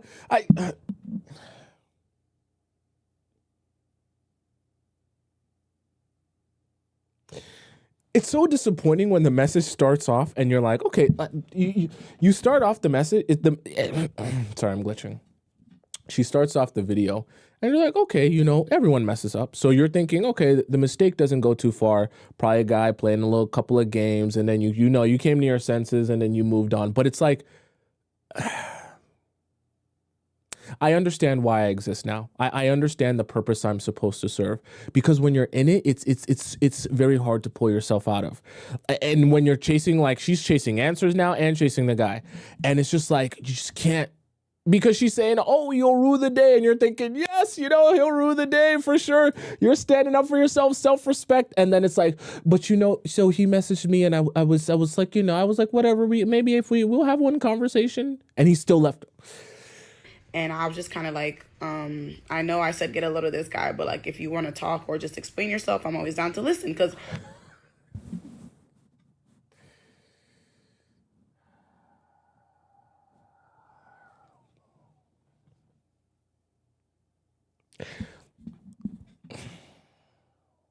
if you're gonna play the mean card when a guy comes back, you have to like stick to the mean card. And if he doesn't respond to the mean card, you have to exit you have to exit there. If you're gonna play the welcome back card, or you know what I mean, let's see what you have to say card, then you have to play that card from the beginning. The problem here, I'm going into some stuff that's gonna sound very abstract. The problem here, she tried to play the mean card first, thinking that his response would be like almost like, please, please, please, I beg, I beg, I beg, I want to be with you again. But she kind of took a misstep here. She played the mean card and his response was like, whatever, I don't care that much. And then she was like, oh, F, like, I don't want to play the mean card so that you don't respond. I want to play the mean card so that like you beg more, but you're not responding to the mean card. So now I'm going to play the like, oh, just casually welcoming you back. Let's see what you have to say card. But then when you go from the mean card to the welcome you back, let's see what you have to say card, and you take off some of that meanness, it kind of makes it look like you're like, oh, actually I was playing, but like I still want you back. You know what I mean? You have to kind of choose one, because at least if you choose one of those stances, it can make you seem more serious. It seems a little bit quite a lot of bit unserious when he does the comeback. You play the mean card, and then you go from the mean card to playing the, yeah, you know, my bad for saying that thing that was mean. I just actually wanted to hear you out, and it just is not. It doesn't give the effect that I know is trying to give. Okay. I'm mature. Like, I'm mature. And no response. But see, if you're going to be that I'm mature, then you have to do that from the beginning. And then if he doesn't bite on that, then it's whatever. Just like, okay, I'm going to dead leave this where it's at. And I just went on with my life. I went on with my life and I'm chilling. Jump skip to now. I have a new guy in my life. He's so sweet. He's so adorable. He's so everything. Don't mind my hair. Like, it's actually looking crazy right now. But he's genuinely so genuine and so sweet. And he's such a cutie patootie. And tell me why I was headed to class today and I get a text message from the guy. He's talking about some, oh, I never usually explain myself, but I feel like I had to explain myself. Like, he was basically like, oh my, like, people like you deserve the world and I know I can't give that to you. And so that's why I stopped talking to you. Like, I just couldn't give you. And I'm just like, oh, you literally could have said that. You literally could have said that and spared me all that. Don't tell me you replied now though. After you said don't poop on him and then tell me you replied now, because that should be a no response. That freaking trauma and emotional turmoil for like the 2 days that I had it. Like men are so like, I don't understand them. Like you really could have left me alone. But it's okay. Like sometimes silence really is the best answer, and like you gotta let people go because it doesn't matter. What they do doesn't really reflect onto you. I realize that that's just his. Okay, good thing. I don't think she responded. Okay, better not. I was gonna lose my mind. I wish that I had a child with him so that there's an excuse for us to stay in contact and still have a relationship even though we broke up. I wish that we had a child together. I wish that I had a child with him so that there's an excuse for us to stay in contact and still have a relationship even though we broke up. I wish that we had a child together.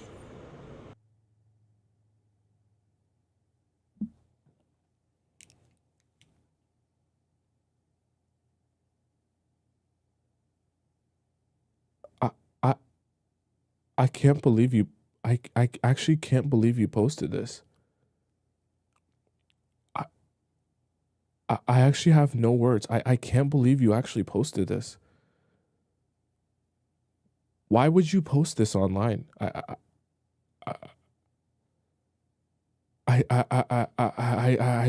don't understand. Like I almost want to start crying. Like why would you post this online?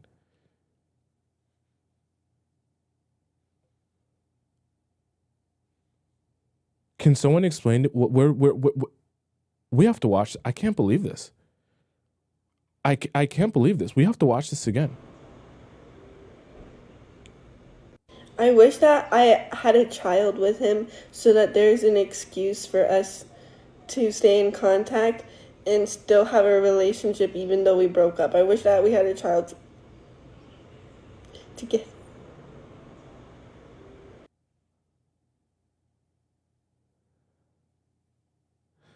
I'm not going to judge. We've all been in some dark places as it relates to a relationship, but having a child with someone is never going to be the answer to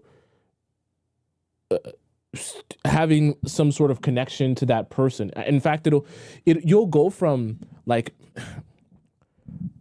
sometimes I feel like as human beings, it's very easy for us to lose perspective on things because we only think about our hardships and our downfalls, and those are the most important, biggest things in the world to us. And we stop being able to realize how our life is good in other ways, even though in some ways it's sad.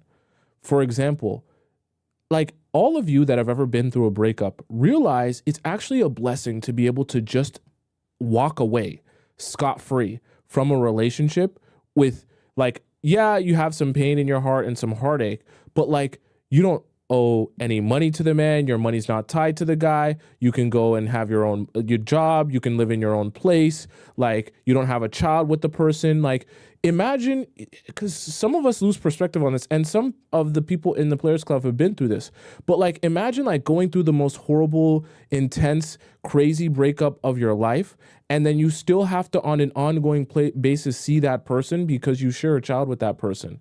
Like, it's not as fun as you're imagining, because like that pain is just that much harder to work through because you're having to see that same person that caused you all that pain all the time. Not to mention, you're also the even more horrible part. Imagine having to see that person that caused you all that pain, then get in a relationship with a new girl. And you have to like meet the new girl, be cordial with the new girl. You have to like let your child, the thing that came out of you that you held in your womb for 9 months, you have to eventually let her spend time with that child. The girl that you probably loathe and hate because now your man that caused you so much pain is now buddy, like, sometimes we gotta gain some perspective on how good our life is, just being able to walk away scot-free from a relationship or from a breakup, because that's not the way. And I get it, she's going through things. I don't understand why she would post this though. I get it, we all think some things that are a little bit irrational. Posting this is wow, because if he sees this, he's rock hard, because he's gonna be like, wow, I have so much power. Oh my gosh, I'm the most amazing thing since sliced bread. And it's like, why do you want to give him that? What? We've all been there. I'm not going to judge her. I just don't. Why post it though? Why post it? Why post it? Share it with your friends or something. Why post it though? For the guys you actually like, ladies, it's worth giving him the keys to the Kia. AKA letting him drive this fucking ship. Because you ain't going to drive it anyway. And you want a guy to plan and you'll coordinate. Yes, you do, but give him the fucking keys. That means showing him interest enough to where he feels like, oh, she is interested. She does like me. She stands out. She's unique, and I like her. Well, you're not going to stand out for showing interest in a guy. So we have to be clear on that, right? Obviously, if you show him that you're interested, you can do that. It shouldn't be all the time, and it shouldn't be extreme, and it should only come in person on your in-person dates. Those are all my qualifications, and it should not be on the nose. So I think you're so attractive. I want to date you so bad. You're the best thing since sliced bread. You're so handsome. None of that, okay? It should be through your body language, through your gestures, your facial expressions, right? The way that you make him feel. It should not be on the nose, okay? I'm going to do it now. Her language makes me want to. That sounds lovely. Well, I look forward to you taking me out. I love Thai. That sounds great. Would love that. I look forward to the next time you take me out. Those are good. I actually don't mind those. Those are good little gestures to just throw in there every now and again. You don't need to overdo them, but good little things to throw in there. Now, if you feel like you're doing them as a way to actually get him to take you out because you feel like he's not doing that, then we're talking about something, a little bit different. Those are keys to the Kia talk. And those are powerful talks, because just like in this world we live in now of dating culture and dating apps, he has options to figure out, where am I going to put my money and time? Who likes me enough that makes me want to spend my time and money on taking them out? And for the guys that you like, that's worth doing. That's how you land the ace. That's how you get the hole in. Pause. You get the point. That's how you start to land it. Because Other ones that he's used to will ghost and sass it up and whatever. They'll treat him like whatever. I'm gonna tell you. So, but you have to. I gotta have a show with Benny and what's the other guy's name? Nico from the Dating Academy. They'd be good to debate. You gotta have after you throw there. What he's discussing here is like feelers. You throw out a feeler, but then you have to see how he responds to the feeler. So, for example, if you say, I look forward to the next time you're going to take me out or whatever the case may be, right? You throw that out there, but then you have to see, well, how does he respond to that? Does he respond to that by saying, let's go out to a sushi place on Thursday? Or does he respond to that saying, yeah, me too, LOL, and then he never texts you again about going out together ever again, right? That's not the right response that we're looking for. So anytime you're throwing out feelers of showing a little bit of interest or just seeing what he does with that, you have to like be observant and not be throwing out too much that he's never even responding to anything in the proper way, right? Right now, for the ones you actually like, give him the keys to the Kia. Here's my number in case you ever want to take me out. Here's my number if you want to take me out. No. See, Benny got that right. You don't give no guys your number unless they inquire about your number. Okay, you cannot do that. You do not give a. It must be the romance movies and the rom-coms and like no. Do not be offering your number until a guy inquires about that. You do not do that. That is one of those things where it feels good as a guy to get a girl offering her number to you, but the way he will actually respond to that is not in the way that's most beneficial to you. If I'm going to give you lessons that will be most beneficial to you, the benefit will come from him inquiring about your number. It seems like very trivial and very, just unimportant to be like, who cares who asks for the number first or who gives who number? It matters because when you go into your relationship later on, and the relationship has started by him inquiring about you, by him asking you out, by him approaching you, you can then, there's a level of subconscious accountability that you can hold him to because you didn't ask for this. He asked for your number. He came and sought you out. He came and whatever the case may be. So when you say, I don't like this, or I don't like how this is going, I don't like what you're doing here, I don't like what you're doing there, right? He's more obligated to make an adjustment because it is about your happiness because he's the one that approached you. As opposed to if you're being the aggressor, now when you say, I don't like this, I don't like that, this doesn't work for me, his answer can be, well, I didn't even want this relationship in the first place. This was you giving me your number. This was you telling me how much you want to go out with me. You plan and organize the date. I just said okay with everything. So the fact that you don't like some stuff, who cares? It's not my fault. Weekend. I look forward to you taking me out. Yes, I do love Chinese. These things are giving keys to the Kia. Letting him know mama interested in papa plans. But you got to dish the keys. You act like you the one driving the Kia. Get in. You ain't going to do it anyway. You ain't even pulling up.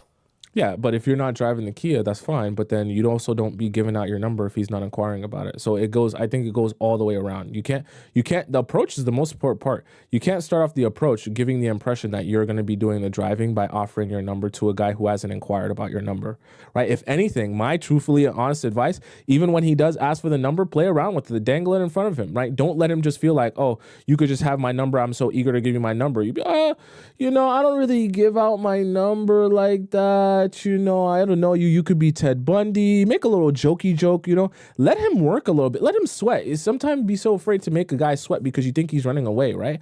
Guys are programmed to like, okay, let me see let me see if I can convince her. Let me see if I can, do some finagling. Let me see if I can, like persuade her. They're wired to do that. So like, let them play that role if you really want the guy to approach you the right way. If you want a man to never leave you alone, like to literally be obsessed with you, just be mean to him. I don't know who told y'all that we had to be nice to men, but men like to be treated like shit, okay? And men don't like women that are... I wouldn't say treated like poop, but I get what she's saying. ...passively nice to them. Like men who know they're not deserving of a kind woman, but the woman is kind, that it comes off as fake, right? So my ex, he's like a lot of women like him, and he has a really good personality. A lot of women be after him. And a lot of women be like, why are you so mean to him? Because, like, literally, I'd be like, you ugly, fat motherfucker. Like... Okay, she's going too far with it. Every waking breath that I woke up, I was mean to him. And we would hang out every day, and we had a good time with one another. People be like, like, what the fuck? And it's like, he didn't deserve for me to be nice to him. He liked me to be around him because I wasn't fake. If he did something that I didn't like, I would say it. It wasn't no being nice. I don't care. I never cared about being his piece. I would tell him, bitch, I would never be your piece. You think I care about making you happy and being peaceful with you? I don't give a fuck. Don't fuck with me if you don't like my personality. Don't fuck with me if you don't like the way I'm treating you. Literally, that's just what it was. I never cared. You know, so it used to be so many women like, oh, you know, and I used to be like, fuck him.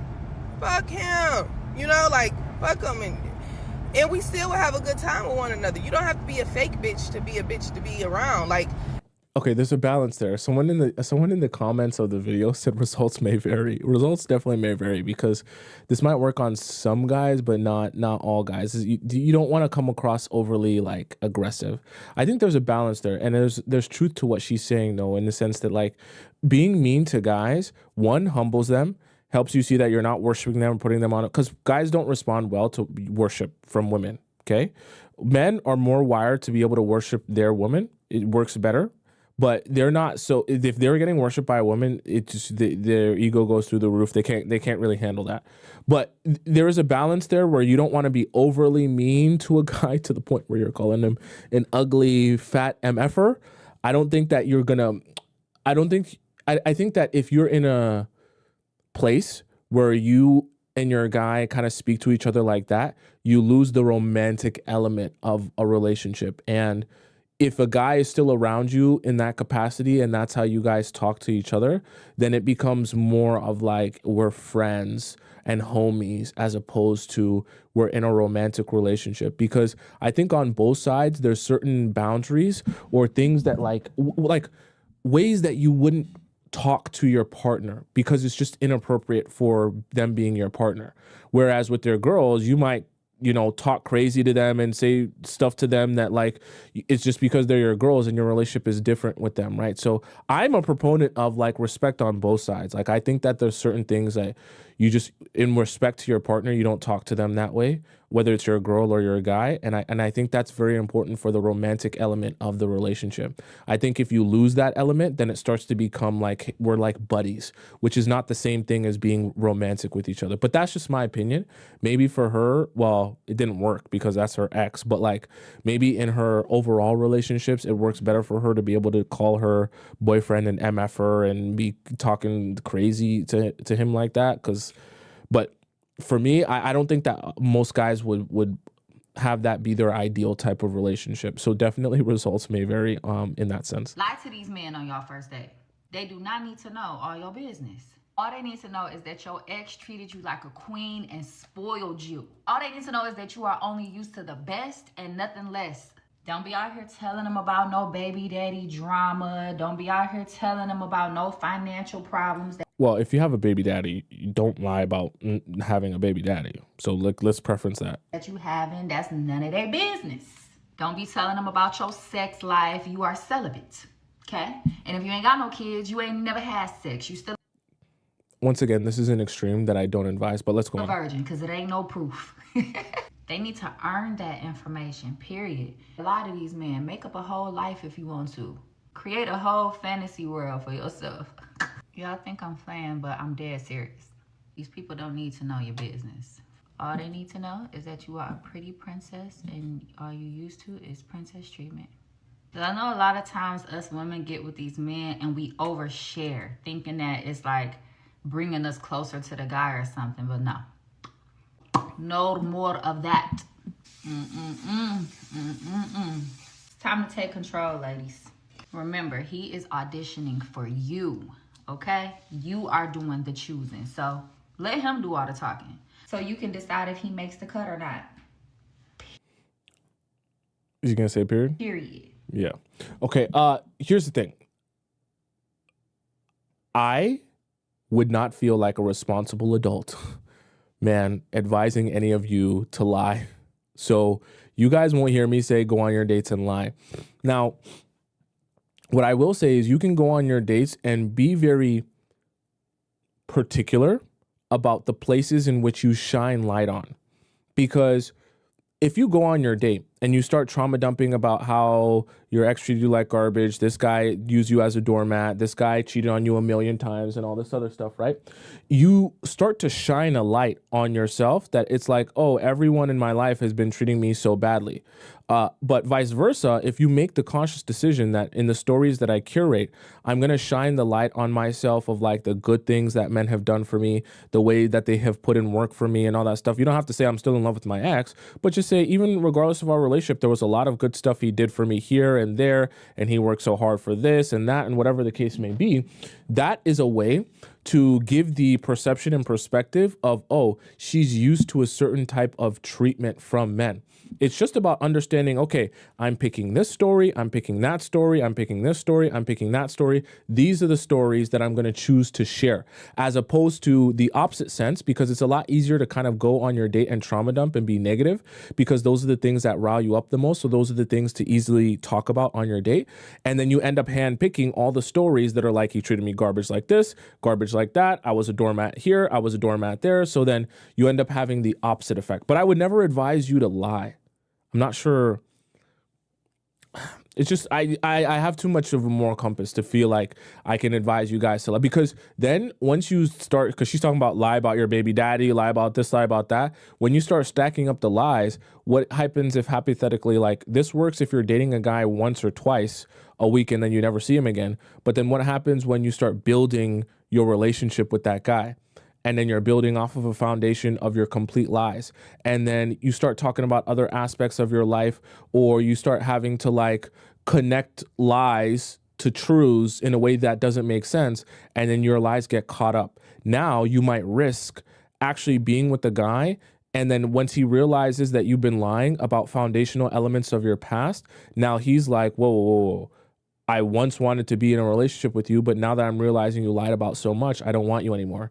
Then you just shot yourself in the foot, because you lost out on a great guy because you spent all this time lying about your past and who you've been.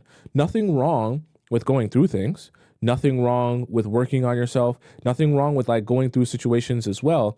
But then if you want to shine a different light, you shine the light of like, even despite certain situations that I've been through, I grew past that. I learned from that. I became a better person because of that. And then the new person that I became after those experiences is night and day difference to the person I was before. So if you got cheated on, you got walked all over, you were a doormat to a guy, like, even in your explanation of that, even in the way you talk about that, you don't talk about it as, oh, I'm a victim. You talk about it as, oh, that was a lesson that I learned. That was knowledge that I gained about myself and my relationships and what I want. And I grew from that, and I became a better person because of that, and because of that experience. That's how you shine the light of, I'm not a victim, right? Like, I'm a victor. I go through experiences just like anyone else. I go through things just like anyone else. But as I become a better version, there are things that I will never allow again.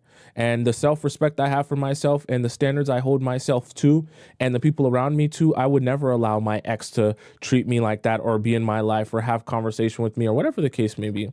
And when you speak like that, that is what gives you the perception of, oh, she really is a goddess. She really is a princess.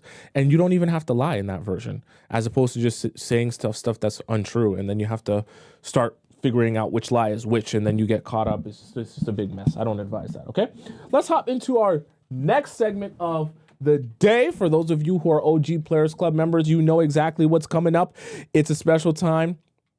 It's an amazing time, and it's a time where you're gonna laugh, and you might cry as well, okay? Don't look at your clock. Don't look at your watch. Don't look at your phone. Don't look nowhere else in your entire home. Should I do it loud or quiet, chat? Which one should I do?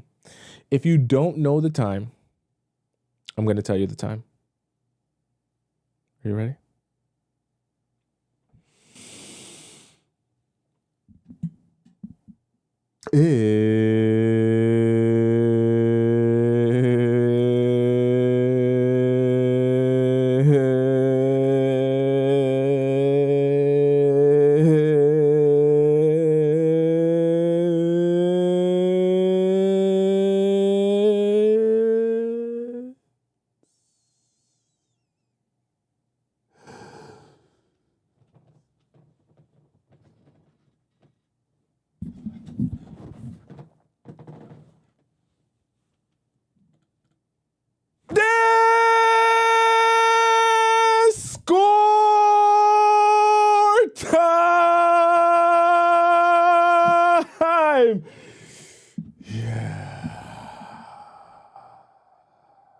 Okay, chat. Enough silliness. Let's hop into our Discord segment of the show.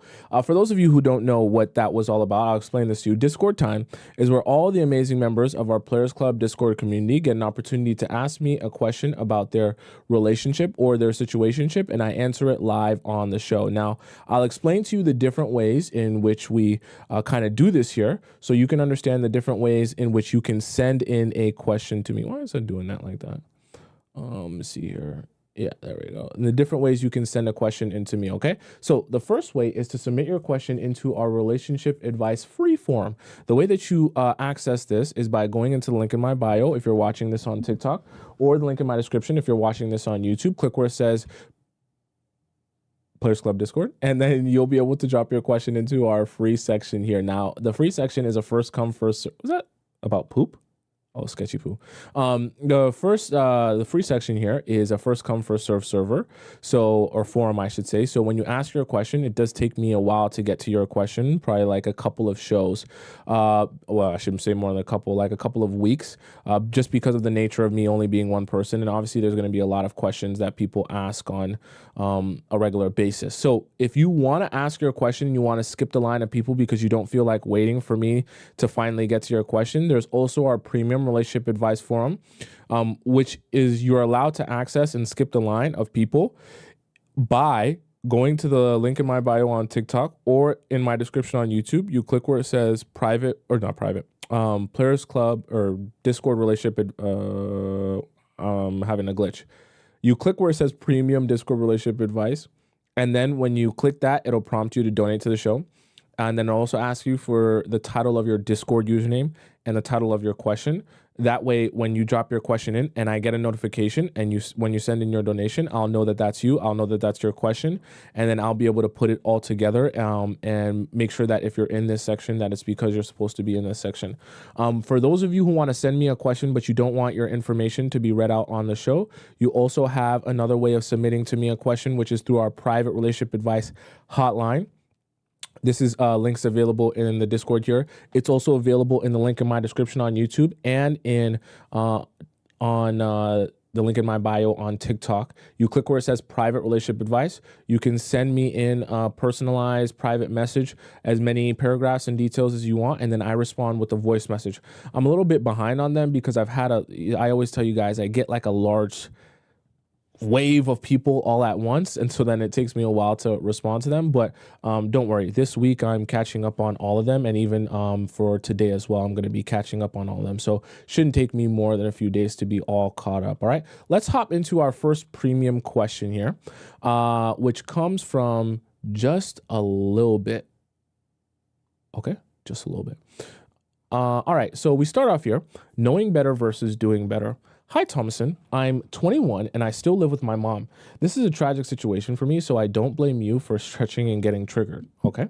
I'm Black, but I schooled in white communities from 8th grade to high school. I graduated in 2022, but my mom decided to move back to the hood to live with her man. I've accomplished a lot since. I always knew what I wanted to be in life, a model/creative, and the life I wanted to live, where I want to travel and where I'll settle down. I've been working since I was 16. My work ethic was super excessive then, but now I have nothing to show for this. What? You have nothing to show for all the work you've been doing? Okay. I am dead broke. It's not because of my circumstances, it's because of me. Okay.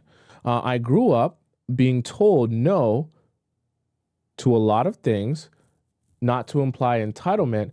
And as a result, I feel as if my discipline has plummeted since I gained financial independence. Okay. My work ethic and spending habits are treacherous. I've made at least 90K since COVID, like I said that. I always try to convince myself to lock in and focus on the goals I would like to reach, but my emotions and responsibilities always talk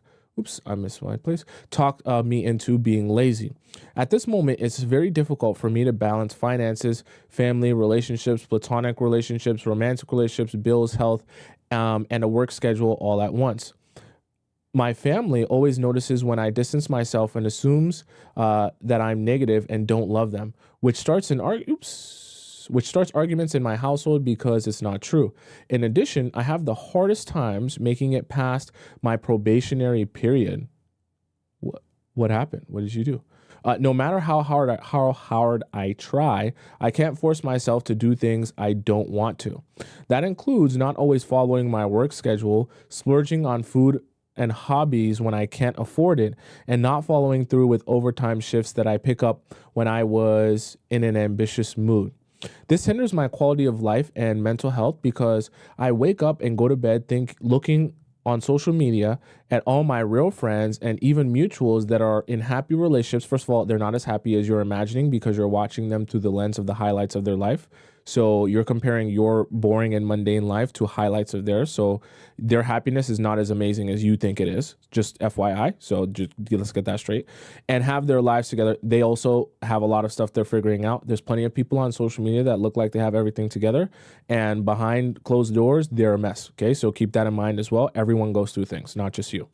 And find it hard to trust what my therapist said. Everyone is going through things. It is not just you. Cannot feel like in your world you're the only person going through things or that tragedy is striking, because trust me, the same people you're looking up to always feel themselves lost at certain points as well. Everyone. Okay, I've acknowledged I have a huge problem, which is step number 1 to evolving. Yeah, I agree. I haven't had a kiss, a touch, or any intimacy in years. How old are you again? 21. Okay, you have more priorities at this point. Or intimacy in years, toys only. I'm ready to be in a structured, lasting relationship and not be roommates with my mom forever. My wish list is set in stone, but I know I have to be what I want to attract. I was just going to say that. I know better, I desire better, and the lifestyle I have requires better. I have a hard time doing what it takes to get better. Like, that's your issue. My goal is to achieve structure in my life so that I can have peace of mind instead of always being in survival mode. And I know that takes discipline, but I'm stuck between you only live once, buy what you want, work to live, not live to work, and control your life before life takes control of you. You need to be wealthy. You need to be the wealthy, hardworking superwoman you look up to mindset. Okay, I'll explain to you why this can be a trap. This is less relevant than everything else, but I also gave my V card to a microwave man at 18. It took a microwave man, for those of you who are new here, just means a guy who wants things quick, easy, and fast. The type of guy you'll meet on a dating app, and the same day he meets you on a dating app, he wants to go over to your house, sleep with you, and then never speak to you again. Microwave man. It took the spark I had, like the spark that you had, like within you, to say the least, which I feel is another reason for my stagnation. I've talked to my therapist about these things as well as my financial advisor. You have a financial advisor? Okay.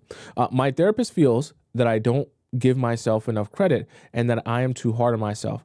I agree to an extent, but I feel like if I was truly hard on myself, I'd know how to truly save myself and be closer to where I want to be. My father is in his mid-40s, unemployed due to heart failure from cigarettes and drinking chronically. The only thing he has accomplished is buying a house next to his dad. The life my parents have is not what I want for me. Whatever you think I need to hear in order to get myself together will be greatly appreciated. Thanks, Tomisin. Okay, I'll give you the exact number 1 thing that you need to do and focus on. And I'll make this very simple for you. All I want you to focus on doing is planning. That's all. The key to your success is to plan. See, what you're describing here is a lack of strong willpower. So what's happening is when you get into situations where you're thinking about, should I spend money right now? Should I not? Should I do this thing or should I not, right? You're always making decisions from your survival mode, but in an emotional state. So you're allowing your emotions to drive your actions. But the problem is your emotions are naturally leading you to be in a place of laziness, to be in a place of stagnation, like you mentioned, and to basically not get to where you want to go, right? Not having financial freedom, all that bad stuff, because you're allowing yourself to only think about crossing that bridge when you get to that point. And then you allow your emotion to take over and decide for you what decision or what road to take at that point. What you need to start doing in terms of your planning is saying, before I get to that decision, I will already decide the choice I will make, and I will have a contingency plan for what to do in the scenario that I feel emotional to the point I want to do this or I want to do that instead. Let me give you a perfect example of that, right? So rather than saying, okay, I want to, save money.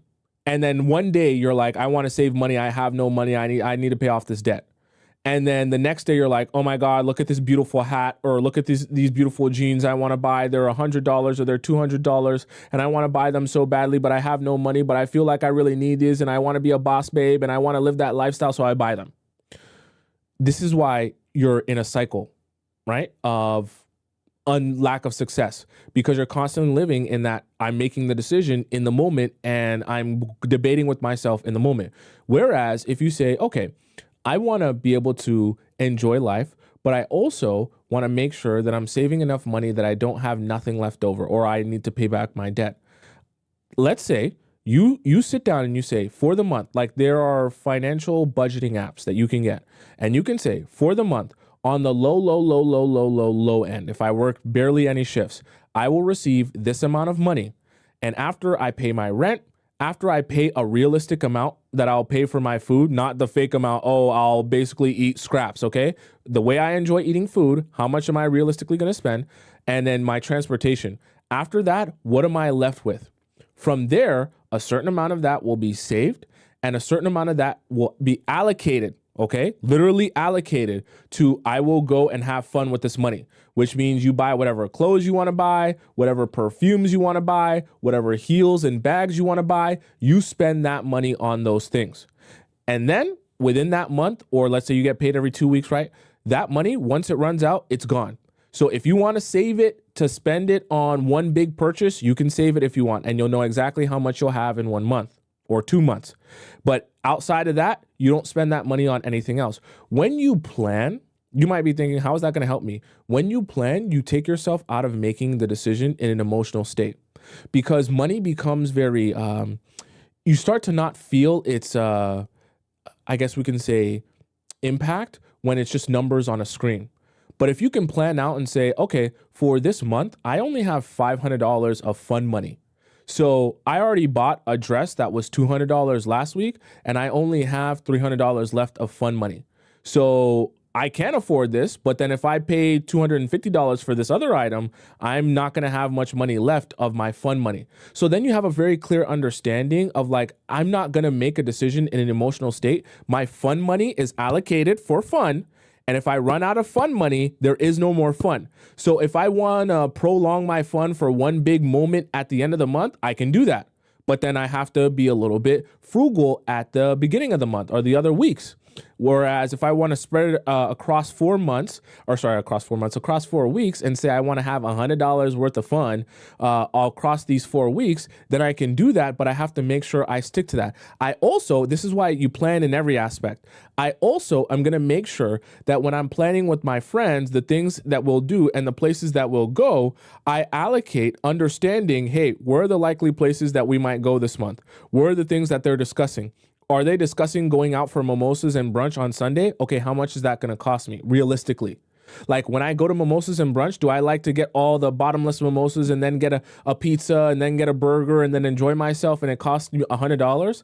Okay, so then I'm a plan that coming this month, at least one day out of the 1 week out of the month, I'm going to allocate part of my budget to going out, enjoying myself and getting mimosas. Okay, right? So the reason I say all this is because that planning will put you in less of a survival mode, because you won't be having to debate with yourself of what you should or shouldn't do in the moment. You'll already have a plan in place of what you're allowed to do and what is crossing the limit. And then you'll be able to say, I already had this conversation with myself at the beginning of the month.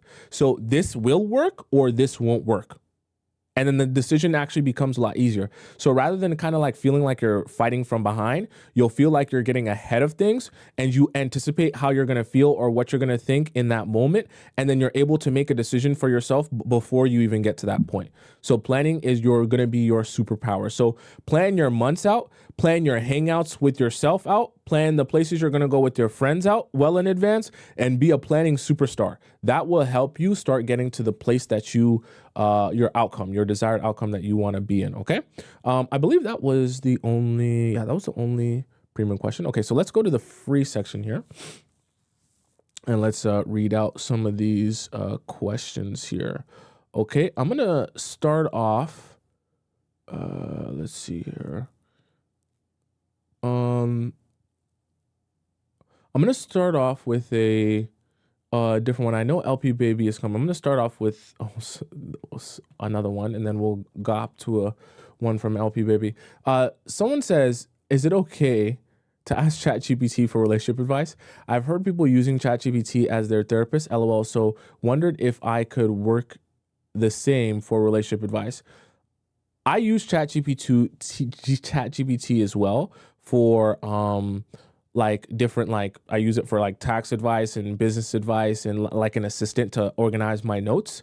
But I wouldn't advise you to use ChatGPT for relationship advice, only because ChatGPT will be void of the experience of a human being with emotions. From the standpoint of ChatGPT might be able to spit out to you, okay, if this guy is not messaging me back, what should I do? And it'll be able to give you some options, but void of the context and understanding of like the natural thought process of what human beings will go through when they're thinking of things or when they're going through a situation. It'll probably be giving you more idealistic scenarios and answers that don't really work for someone with real human emotions.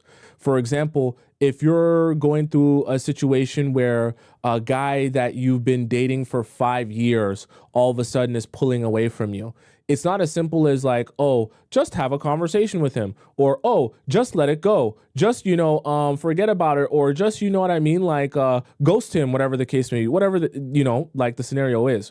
You kind of have to be more particular. And so like, for example, when people ask me questions, the context of their relationship status, how long they've been with the guy, their experiences, and also my understanding of what is realistic and what's not. Because saying, ghost the guy or leave the guy alone who you dated for 5 years and has been like pulling away from you. Yeah, cool, sure, sounds good in a movie script, but in reality, you're not going to be able to do that, because you're not just going to be able to say 5 years, whatever, I don't care anymore. We have to figure out a solution for you that works in the context of a relationship that you're actually in, with an understanding of like you have attachment to a person, so you can't just act like a robot, right? That's one of the things that I've noticed obviously ChatGPT is void of, in terms of being able to understand like human nuance and how certain situations the answer might be a little bit different, because for you the idealistic scenario is not really possible because of like your own natural feelings towards the situation, or attachment, or maybe you share children, or whatever the case may be in terms of your nuance. I'd more advise you to ask a real person. You can ask me, you can ask, I'm sure there's other relationship advisors that will also give their own version of like answers if you ask them private questions. It's just ChatGPT can have you acting like a robot and just repeating things back and parroting them without having a true understanding of like why you're even doing it. You know what I mean? Okay, let's do an LP Baby one. Okay. All right. So this one says, hi, Tommy. May you please speak on how to differentiate between having strong boundaries and having walls to prevent hurt from people in relationships?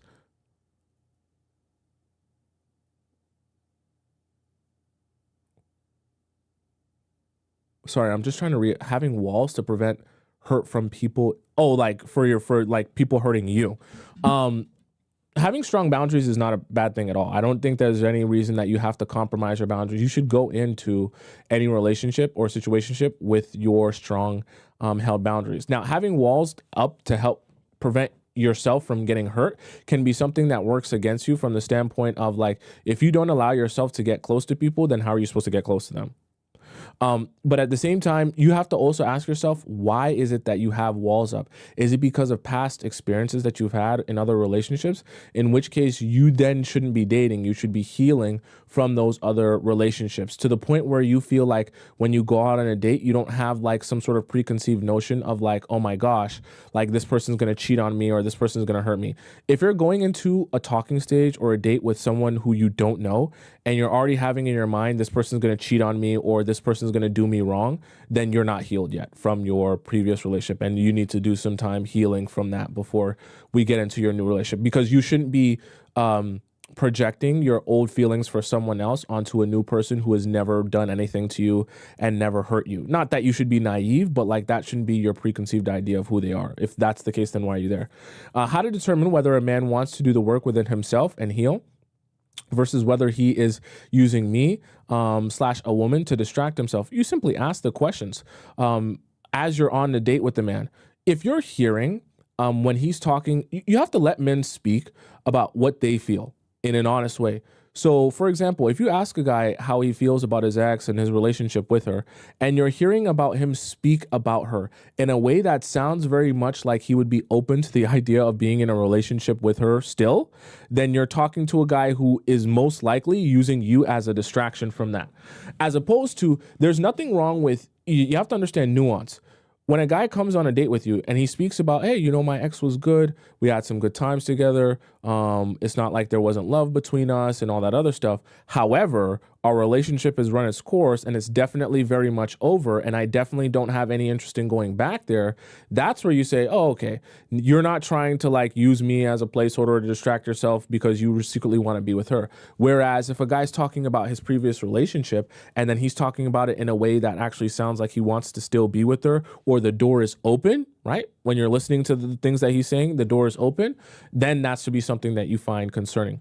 I ask because I feel like we are all a work in progress and there's always room for improvement. And I would like to know tips on how to differentiate between a man's intentions, because I aim to date potential slash I don't aim, to date potential slash project men.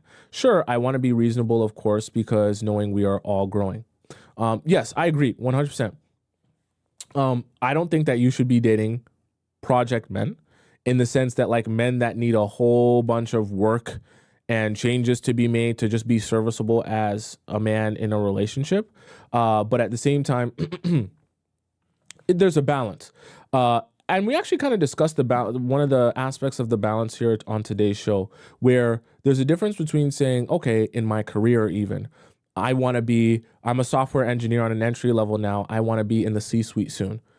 That's not something that is changed to the point where it's so drastic you can't even function in a relationship that way. Whereas being with a man who's like, I'm a cashier right now and I want to be a rapper, that's completely two totally different worlds. Or he's saying, I'm a cashier right now and I want to figure out some totally different alternative career path at some point in my life soon.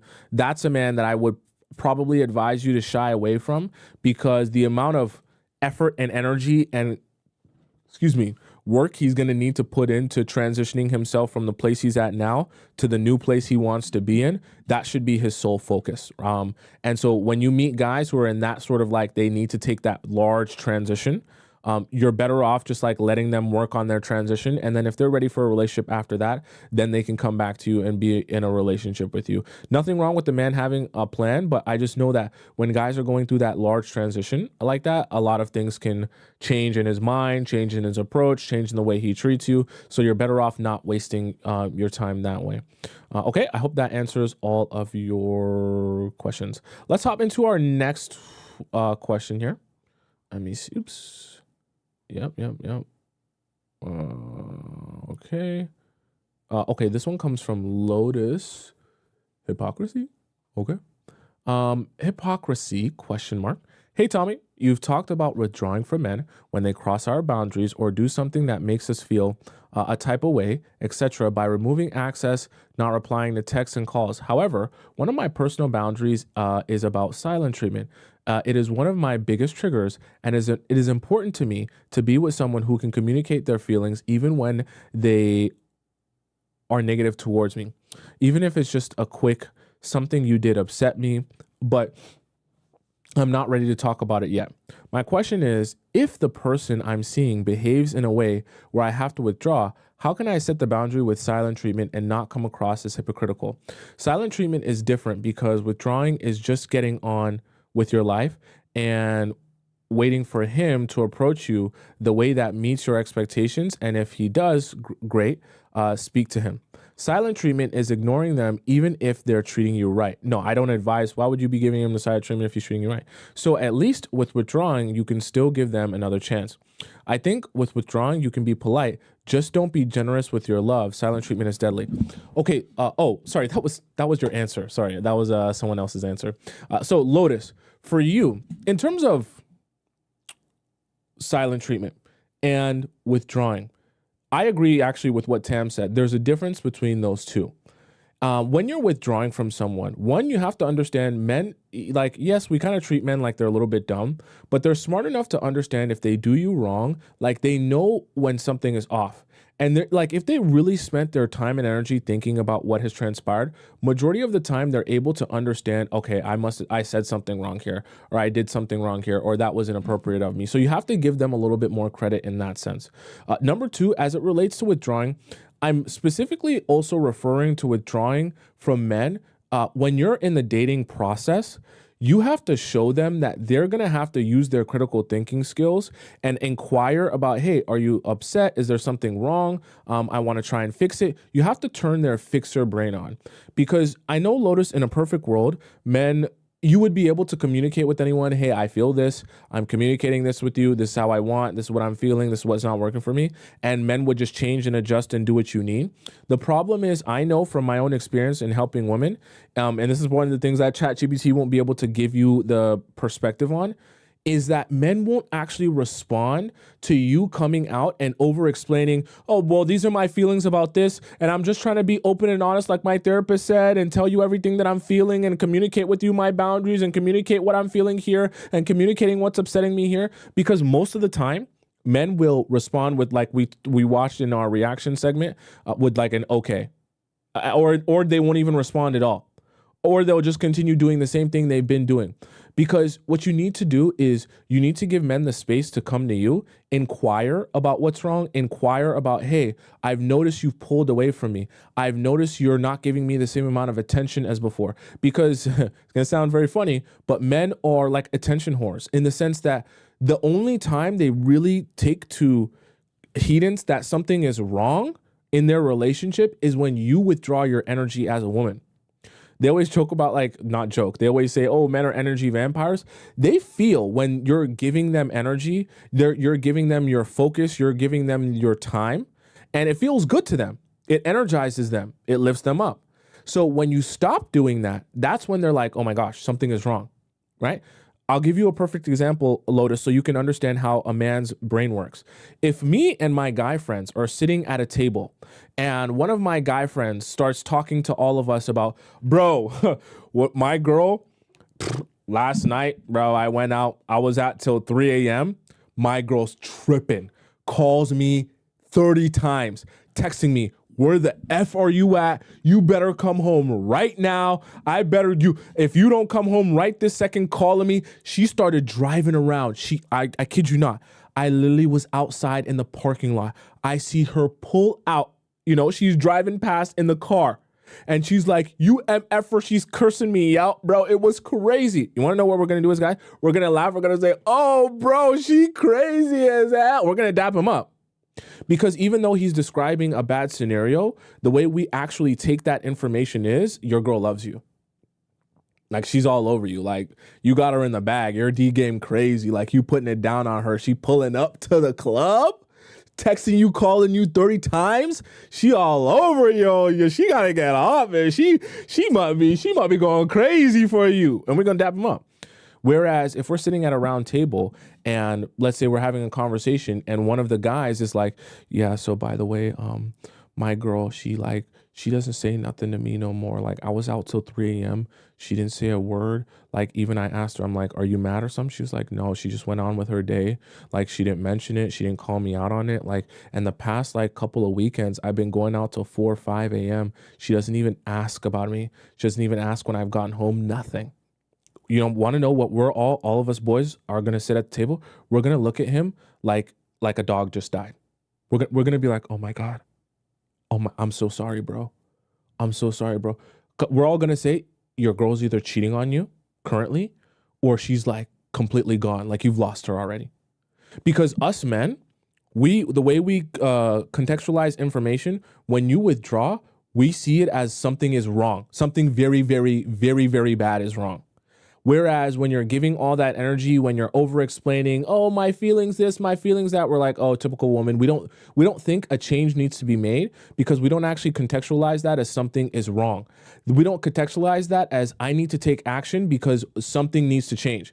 My woman is not on my body anymore. Why is she not on my body? Is she on someone else's body? Is someone else taking up her mind, taking up her crazy, right? It's concerning for us. So this is why I say, right? I say all that to say, with men, withdrawing is the answer because that's when they actually can contextualize something is wrong and I need to make a change and I need to take some action. Whereas when you over-explain to men who are not inquiring about it, and inquiring about the problem that is existing within you and trying to fix or make a change for that or take action for that, then you end up in a situation where you're over-explaining yourself to a man who either doesn't care or is not in a mental state prepared to take action on your problem or your issue and is just going to continue doing what he wants to do. Are we following? Right? So just I hope that visual helped you guys understand like how men kind of process that information. Okay, so this one comes from Tam. So Tam just didn't answer, but this is a question from Tam. All right, Tam says, taking my time in a talking stage. Okay. All right, I am 29, was seeing a 29-year-old man, so I can be very sparse in the beginning of talking stages. I like to take my time and talk to the guy when I feel like it, okay? But I feel a lot of pressure sometimes when they say stuff about you're not talking to me. No, don't let your anxiety put you in a bad place. Or I have this thing in the back of my head that I'm ghosting them and it's a bad thing, but I actually feel the most comfortable like that. What should my mindset be about this? Because as soon as he pointed it out, I caved and immediately started feeling bad, then started overcompensating, and things just went bad between me and him. To add to this, my mom often says that I need to give more, but I think it's giving too much. My mom is also single, had a terrible relationship with my dad, is a pick-me-sha, and so I don't really want to take her advice, LOL. Good observation, Tam. So here's the thing. Never, ever, I've talked about this before. So in certain aspects, you have to understand men don't actually understand what they really want. They understand what makes their life easy. They don't understand what they actually respond to in a way that's advantageous and beneficial to you. Let me explain what I mean in an example. For example, a guy will say, I want you to text me back in 20 seconds. I don't want there to even be a millisecond of time between when I message you and when you respond to me. Okay? That sounds like he knows what he wants. He doesn't actually. What he knows is how to ask for something that makes his life easier. So you messaging him 24/7 all the time, 30 seconds after he messages you, makes his life easier because he never has to spend any time thinking about what you're doing, where you are, how you're spending your time, or why you're not talking to him. So it's very painless. It's a painless experience for him to have you in his life in that capacity. Similar for you as a woman to have a guy who will lay out exactly how he feels about you, how much he wants you, and tell you all day how in love with you he is 24/7. It sounds like a dream because it makes your life easy where you don't have to play a guessing game. But in reality, you won't respond well to that because you won't be very attracted to that type of guy. Same thing for you. When you give the guy what he wants, you're not actually giving him what he really wants. You're giving him what makes his life easier. But you're not realizing in the process of giving him that thing, he won't respond well to that. Because when he finally gets that from you, now he has no time to like sit back and have some anxiety towards you. Have some anxiety towards like, what is she doing with her time? Where is she right now? Who is she hanging out with? I'm a little bit nervous that I might lose her. It's giving me a little bit of anxiety. I want to check in. I want to see her. Now I feel like I miss her a little bit, right? Sometimes, some of the easiest concepts in general can be the hardest to grasp for relationships when you're in them. You realize, like, for men and for anyone in general, you cannot miss someone who you're actively with or around or speaking to. I'm going to say it again. You can't miss someone who you're actively with, around, or speaking to. So if you think about even that concept, like a guy missing you, literally, by definition, you cannot be around in any capacity for a guy to properly miss you. If you are around in any capacity, he literally cannot miss you. You can't be present in his life and then he misses you. So part of a man and his wiring to desire a woman and long for a woman and like be a totally head over heels obsessed with a woman. Think about like the medieval times where a man would meet a woman at a land far, far away and then he's writing her all these letters. Oh, my beautiful darling, you were, when my eyes bestowed upon you, you were just the most beautiful princess in all the land, and I will ride on 17 horses for 44 nights just to be able to see the shimmer in your eyes once again. All of that is coming from his longing and his missing her, not being able to have her again. But he's not going to be writing those same loving notes when he's next to her. Not because like he doesn't care about her the same, but the element of missing someone is because they are not present. So you have to remember that as well for yourself, Tam, is that even though men are asking for those things, they will not end up responding positively to you always being around, because then you'll take their ability to miss you and long for you away. Which is why I always say you want to be making sure that you have, it's going to sound very toxic, but you give them a little bit of a roller coaster of emotions where when you're away, they get to long for you. They get to miss you. They get to have desire for you and anticipation for the next time they see you. Then when they're with you, that's when you focus on bringing that energy, bringing that interest, making him feel like he's important, where he's like, oh my God, I love this vibe. Then you cut it short. And then your date is only 2 hours long. And then he leaves the date feeling like, oh my God, that was so intoxicating. I need that again in very quick succession. But then because you're not going to be giving him too much of yourself when you're away from him again, he goes back to longing you. He goes back to missing you. He goes back to anticipating the next time he sees you. And then you just keep him on that cycle over and over and over again. And then eventually it builds up to the point where he's now progressing the relationship because of that longing. And then that the fact that when he finally sees you, he gets that burst of like, oh my gosh, this is amazing. So you kind of have to, it sounds like a game, but that's really what attraction is about. Like you have to understand how to go through the ebbs and flows, right? If someone is always happy, they won't be able to understand what happiness even is, because happiness becomes their baseline. The only way to understand what happiness is to actually have misery and to have sadness, because then you can actually contrast the two. Same thing with men and in your relationships, right? So you have to be thinking about that contrast and not just always giving men what they want, because sometimes they'll ask for what's easiest for them, not what actually will serve you in terms of his desire and attraction towards you, okay? All right, chat, that is the show for today. For those of you who want to ask me a question, you can either do that through our free section, through our private section, or through our premium section. And I'll answer your question that way. Like I said, I'm going to get to a bunch of our private questions here right after this show. For those of you who are watching me and you want to follow me on Instagram as well, my Instagram is just my name, Tomisin_Tub. On if you're watching this on TikTok, it's up on the left there. It's also in my bio as well. I'm definitely going to start posting more on Instagram. I am posting more on Snapchat. They wanted me to become a Snapchat creator, so I'm going to be posting my relationship stuff and personal stuff on Snapchat as well. So you guys can my Snapchat's there for you guys if you guys want to follow it as well.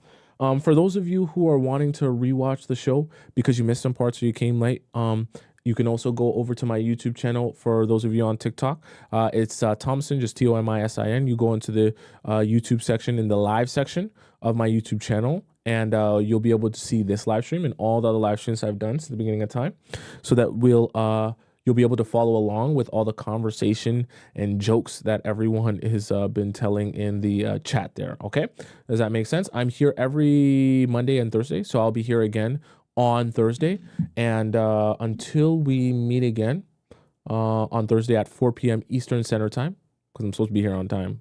I should be here on time. Hopefully I'm here on time. Thank you, Nicole Cottom, also, who donates to the show, and thank you to anyone who donated in the TikTok chat. So until we meet again on Thursday, I bid you adieu, arrivederci, au revoir, hasta la vista, sayonara, adios, bounty, ciao, salam, bon voyage. And I'll see you again on Thursday at 4 p.m. I love you all so much. Okay?